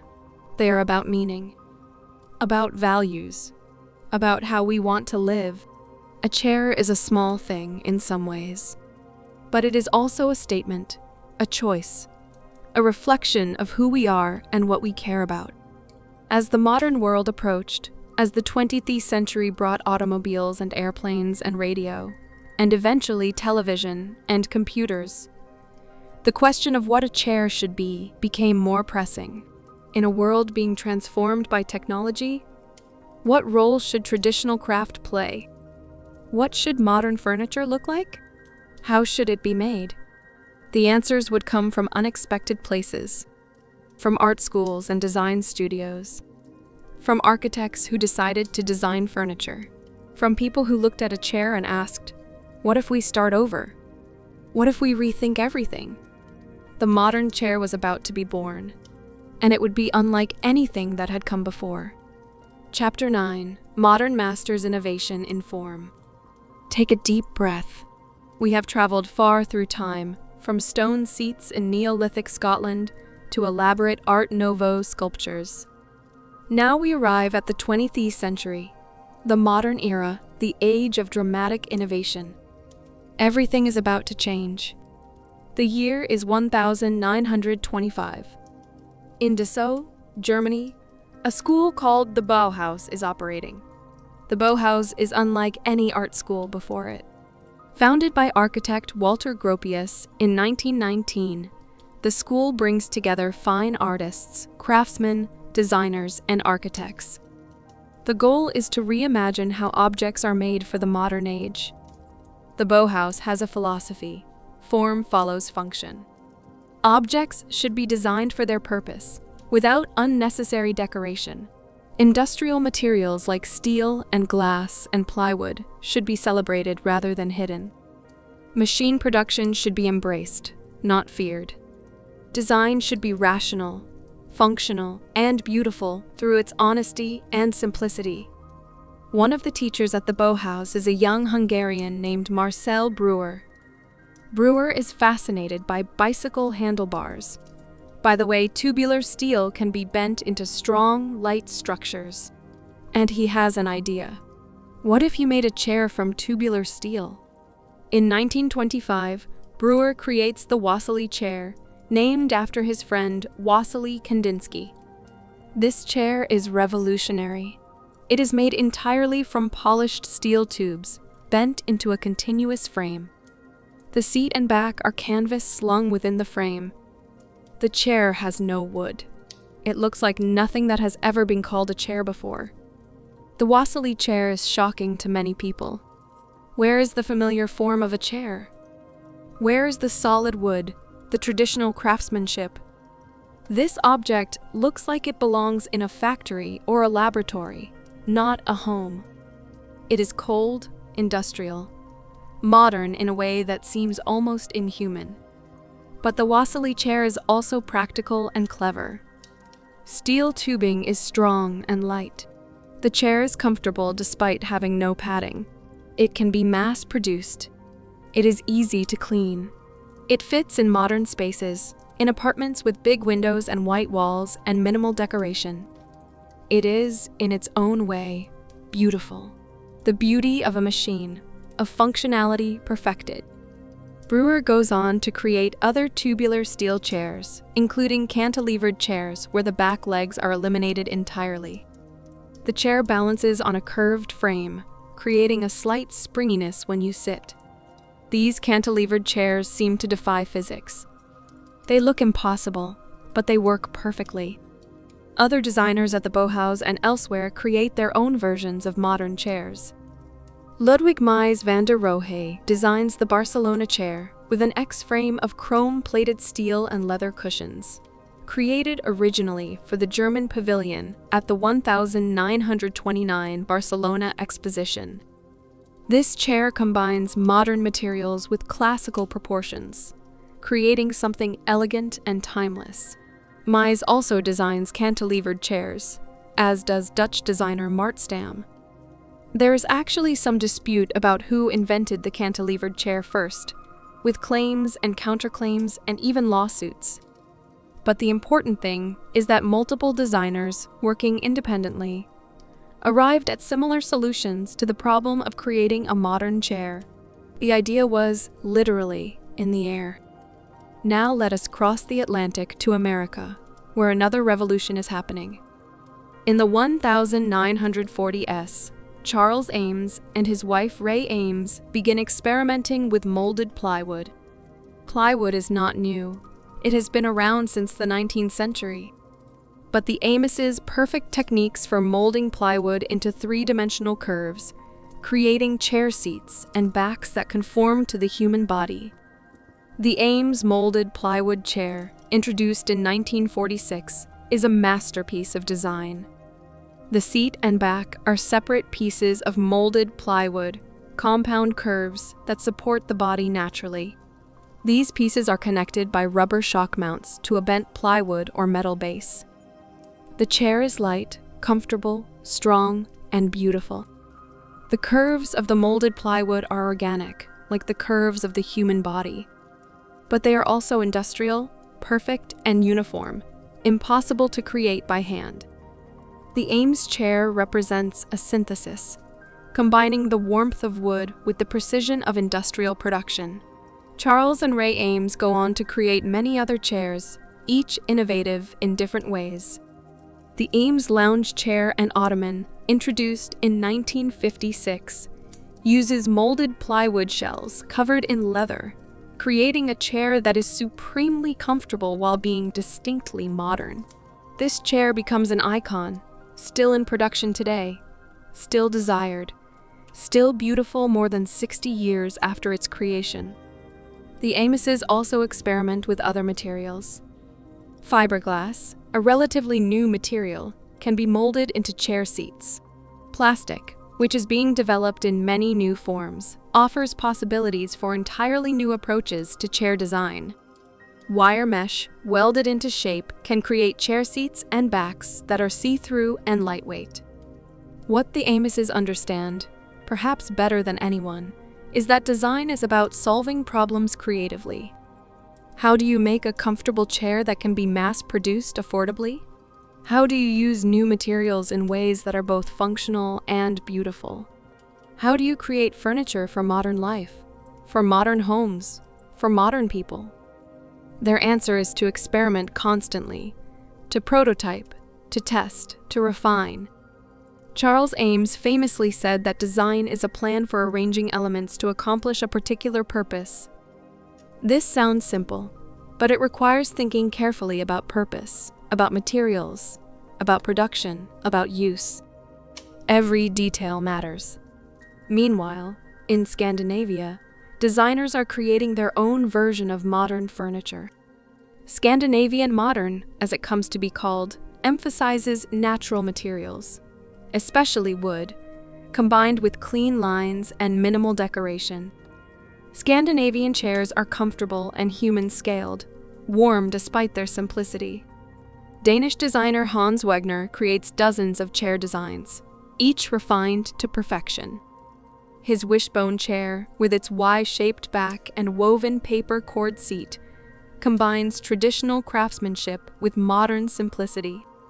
It is a chair that could only exist in the modern era, but it feels timeless, connected to furniture-making traditions going back centuries. Finnish designer Alvar Alalto works with bent laminated wood, creating chairs with organic curves that seem to flow.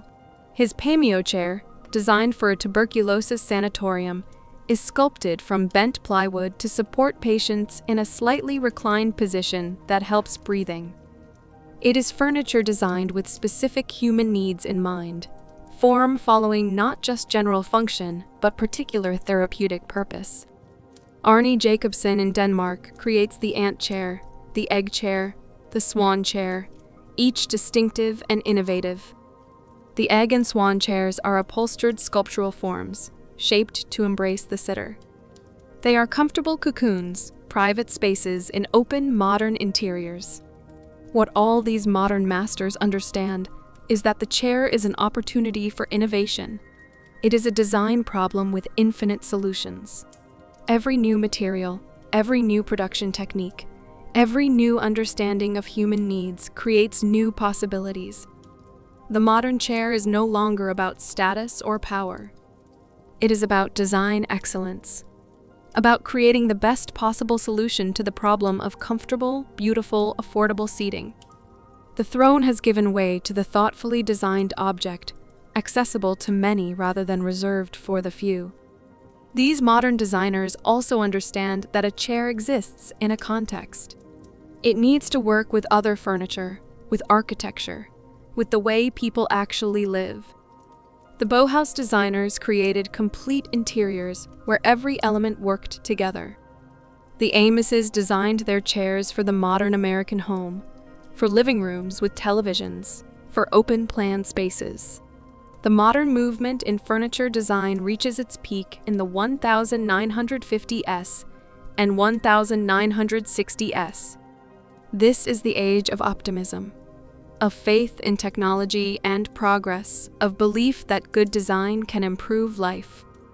Modern chairs appear everywhere, in homes and offices, in schools and airports, in public spaces and private rooms. Some of these designs become ubiquitous. The molded plastic chair, developed from Eames' experiments with fiberglass, becomes one of the most common seating solutions in the world. Millions are produced. They stack, they are lightweight, they are weatherproof. They are practical to the point of invisibility. We barely notice them because they are everywhere. Other modern designs remain special, aspirational. The Eames lounge chair is expensive even today. It is a luxury item, something people save for, something that signifies taste and success. But unlike earlier luxury chairs that demonstrated wealth through gold and carving, the Eames chair demonstrates appreciation for design excellence, for the thought and care that went into creating something perfectly resolved. The modern movement also brings new thinking about ergonomics, the science of designing for human bodies. Designers begin to study how people sit, what positions are healthiest, what features truly contribute to comfort. This leads to innovations like lumbar support in chairbacks, adjustable features that allow customization, materials that breathe and flex with the body. The office chair becomes a specialized design problem. People in the modern world sit for hours at desks, at typewriters, and later computers. What kind of chair supports this prolonged sitting? How can a chair promote good posture and prevent back pain? The answers lead to chairs with adjustment mechanisms, with wheels for mobility, with swivels for easy movement. The famous Aran chair, designed by Don Chadwick and Bill Stumpf and introduced by Herman Miller in 1994, represents the culmination of this thinking about office seating. It has a mesh seat and back that breathe and flex. It has multiple adjustments for height, tilt, lumbar support, arm position. It is engineered as carefully as an automobile, with attention to every detail of how people actually sit during work. The Aran becomes another icon, instantly recognizable. It appears in offices everywhere, especially in the technology industry. It becomes a status symbol, a sign that a company values its workers' comfort. But it is also genuinely functional, the result of serious research and careful design. As the 20th century progresses, modern design splinters into many directions. Some designers pursue extreme minimalism, reducing chairs to their absolute essence. Others create sculptural chairs that are more art than furniture. Still others focus on sustainability, on using recycled materials or designing for disassembly and recycling. The postmodern movement of the 1970s and 1980s reacts against modernism's seriousness and functionalism. Postmodern designers create playful chairs, ironic chairs, chairs that reference historical styles in knowing ways. These chairs are less about solving problems and more about making statements, about questioning what design should be. But through all these variations and movements, the fundamental achievements of the modern masters remain.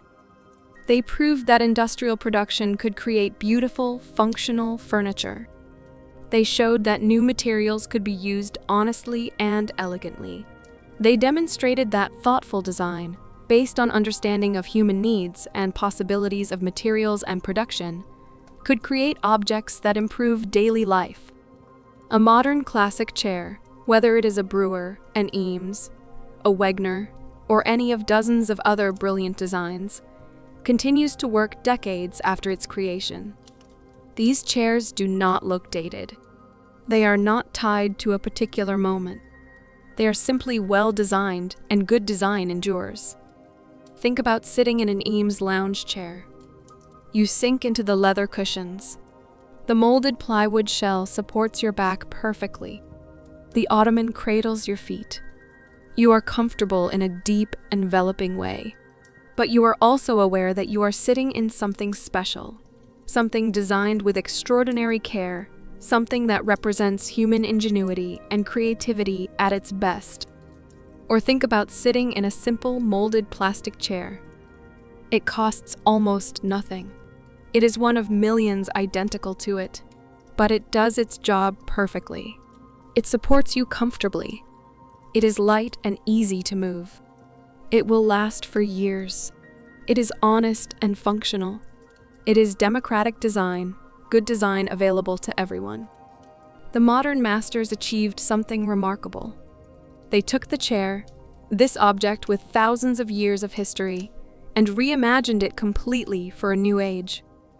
They honored the past while embracing the future. They created furniture for a modern world, for modern life, for modern people.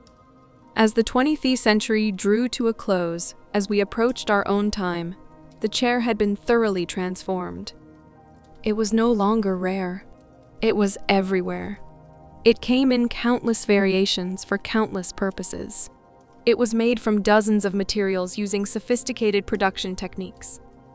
It could be cheap or expensive, simple or complex, purely functional or highly artistic.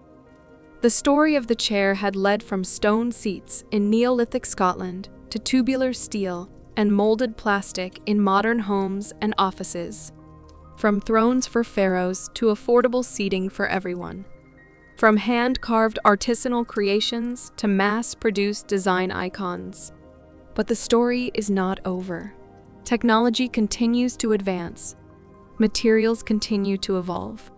Our understanding of ergonomics and sustainability grows.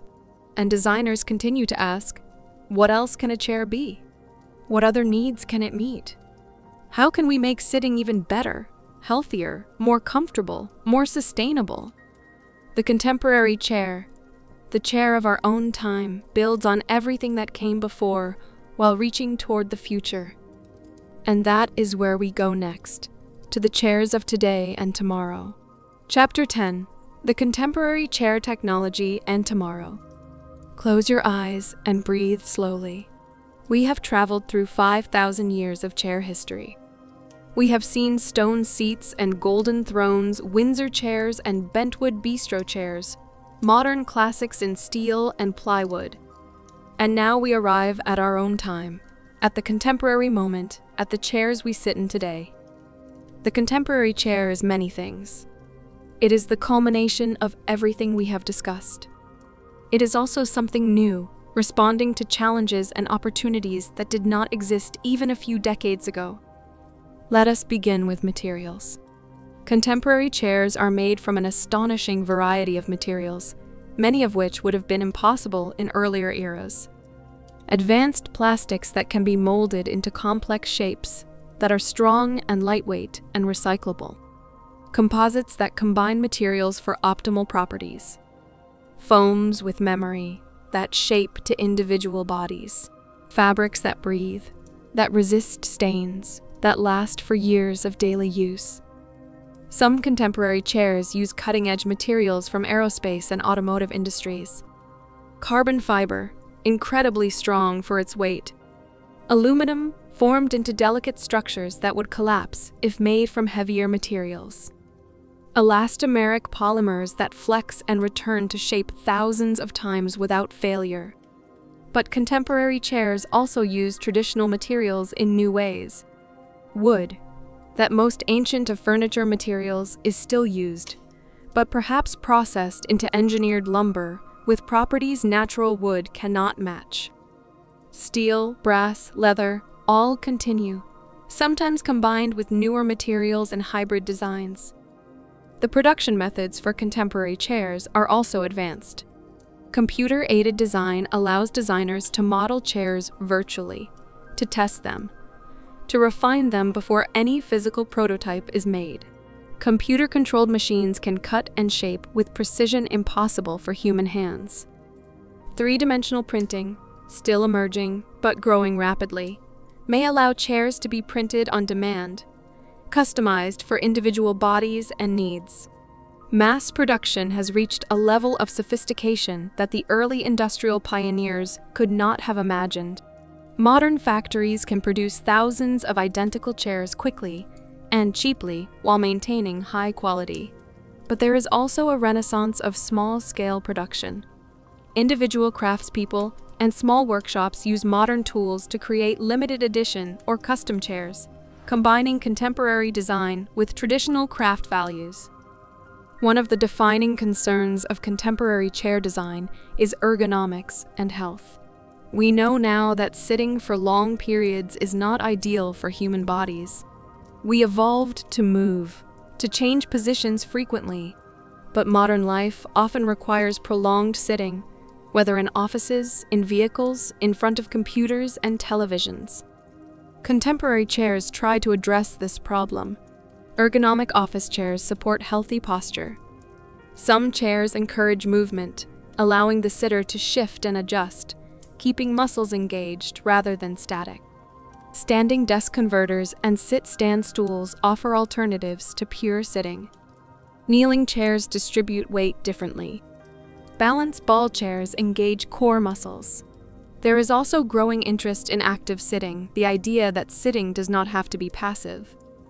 Chairs that rock, that tilt, that respond to body movement keep the sitter engaged and slightly active rather than completely still.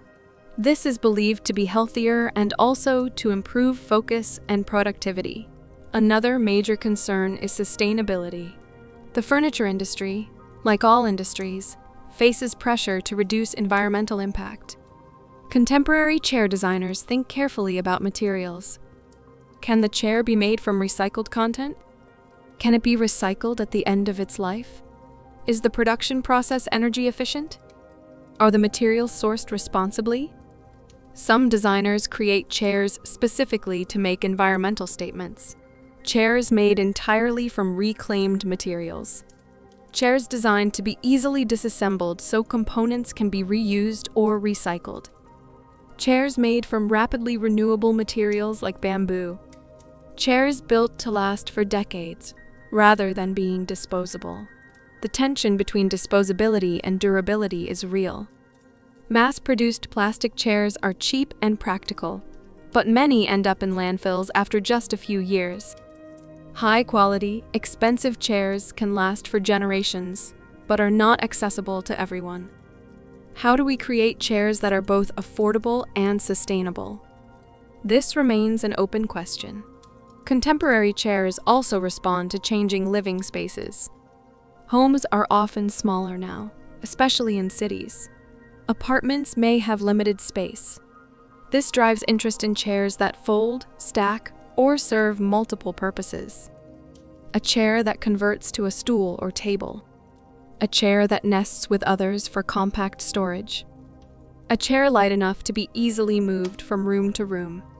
Open-plan living spaces, common in contemporary homes. Create different needs than traditional rooms with specific purposes.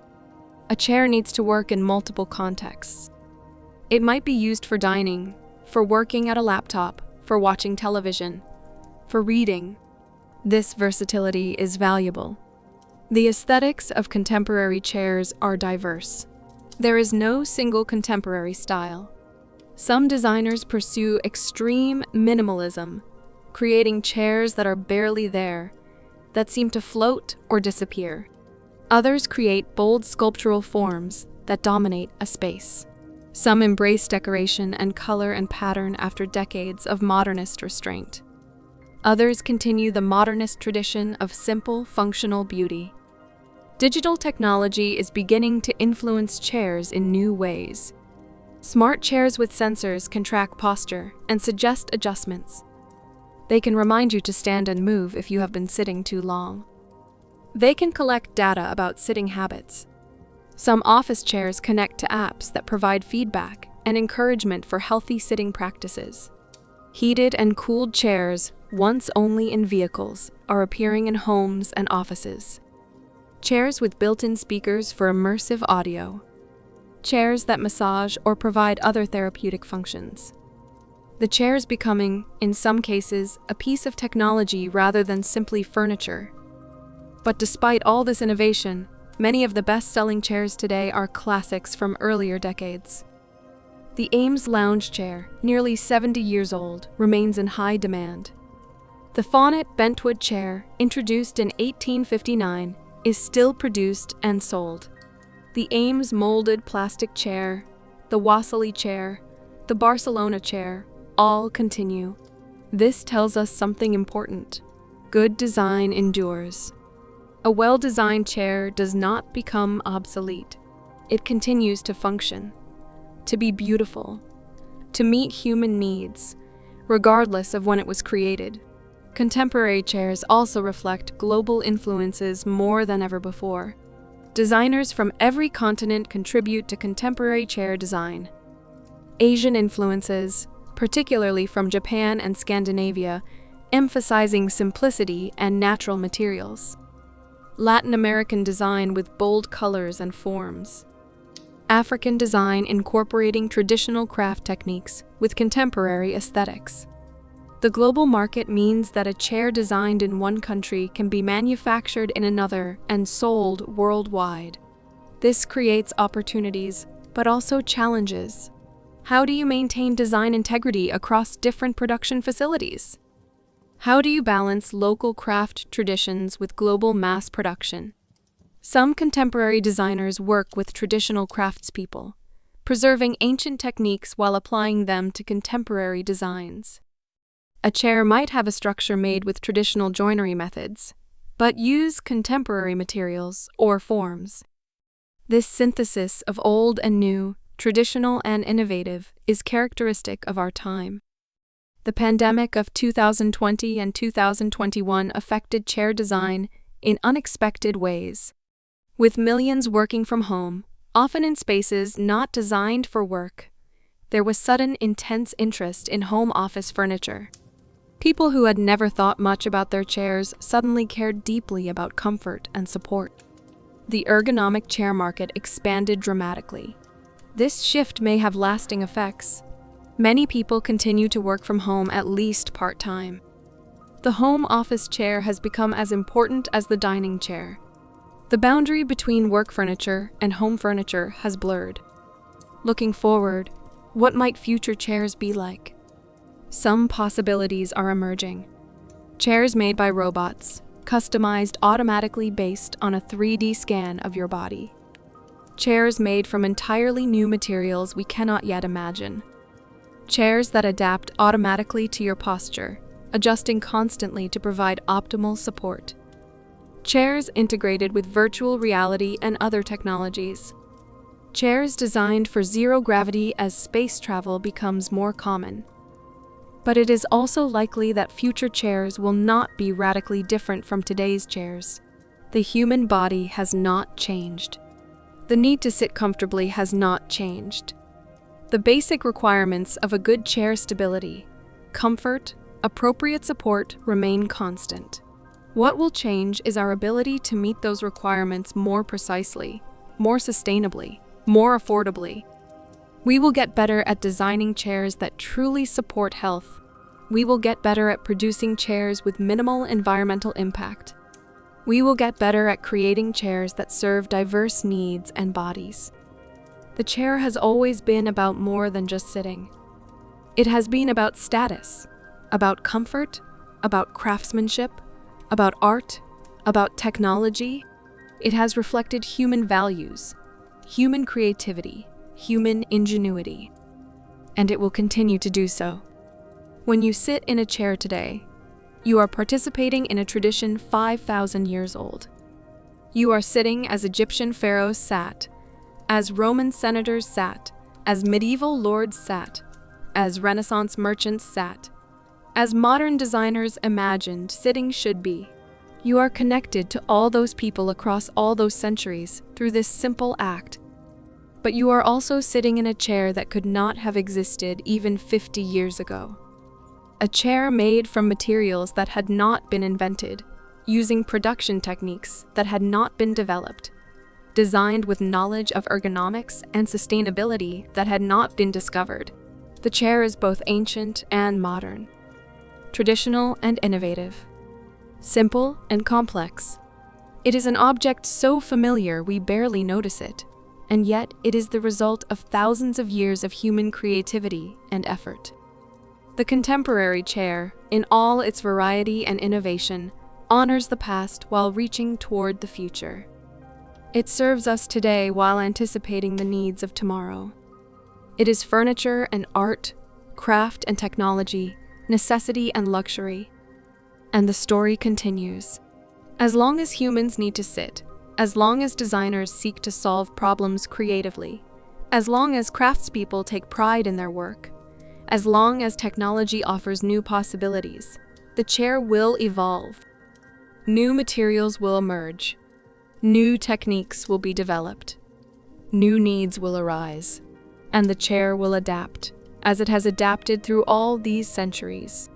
From stone seats in Neolithic Scotland to smart chairs with sensors and adjustments. From thrones reserved for pharaohs to affordable seating in every home. From hand-carved wooden chairs taking months to mass-produced chairs by the millions. The chair has been on a journey, a long journey through human history. And that journey is not over. The next chapter of chair history is being written now, by designers and craftspeople, by companies and individual makers, by anyone who looks at sitting and asks, how can we make this better? You are part of this story. Every chair you sit in, every chair you choose for your home, every thought you give to comfort or design, or sustainability contributes to the ongoing evolution of this remarkable object. The chair is more than furniture. It is a mirror of human civilization. It reflects who we are, what we value, what we are capable of creating. And as we change, as society changes, as technology changes, the chair changes with us. So rest now. Sit comfortably. Appreciate the chair beneath you, whatever chair it may be. Know that it is part of this long, fascinating history. Know that it connects you to everyone who has ever sat before you. Know that it represents human creativity and ingenuity, and the simple desire to make life a little more comfortable, a little more pleasant, a little more beautiful. The history of the chair is the history of us, and it continues breath by breath, moment by moment, into a future we can barely imagine. But whatever that future holds, there will be chairs. There will be places to sit. There will be comfort and rest, and the simple human pleasure of taking the weight off tired feet. Sleep well. Dream of chairs across the ages. Rest in the knowledge that you are part of something ancient and ongoing. The chair is with us. The chair will always be with us. And that, truly, is something to rest easy about. Epilogue. Sitting through time. Let your eyes close. Let your breathing deepen. We have journeyed through 5,000 years, from the first stone seats to contemporary smart chairs. We have seen thrones and stools, bentwood and tubular steel, craftsmanship and mass production. The chair has been many things: a symbol of power, a mark of status, a work of art, a feat of engineering, a simple comfort, all of these and more. But fundamentally, the chair has always been about the same thing. It has been about human beings recognizing that they could improve their lives through creativity and effort. It has been about taking a basic need, the need to sit, and addressing it with thought and care and skill. Every chair, from the grandest throne to the simplest stool, represents someone deciding that things could be better, that sitting on the ground was not enough, that comfort mattered, that beauty mattered, that function and form could be combined into something useful and meaningful. The chair teaches us that small things can have great significance, that everyday objects deserve attention and care, that design matters in small ways and large, that the accumulation of many small improvements over time can transform human life. When you wake, you will sit. You will sit in chairs throughout your day, and perhaps now you will notice them a little more. You will appreciate them. You will understand that each chair is part of a story, a long story, a human story. The chair is still evolving, still changing, still being reimagined by designers and craftspeople around the world. The story we have told is not complete. It cannot be complete because the story continues. But for now, rest. Sit comfortably, whether you are in a chair or lying in bed. Feel supported. Feel comfortable. Feel grateful for all the people across all the centuries who worked to make sitting better, more comfortable, more beautiful. The history of the chair is your history. You are part of it. And the chair, in all its forms, in all its variations, is part of you. Rest now. Sleep peacefully. And when you sit again, remember the journey. Remember the 5,000 years. Remember that something as simple as a chair can be profound, can be meaningful, can be worthy of attention and appreciation. Good night. Rest well. And thank you for sitting through this long history with me.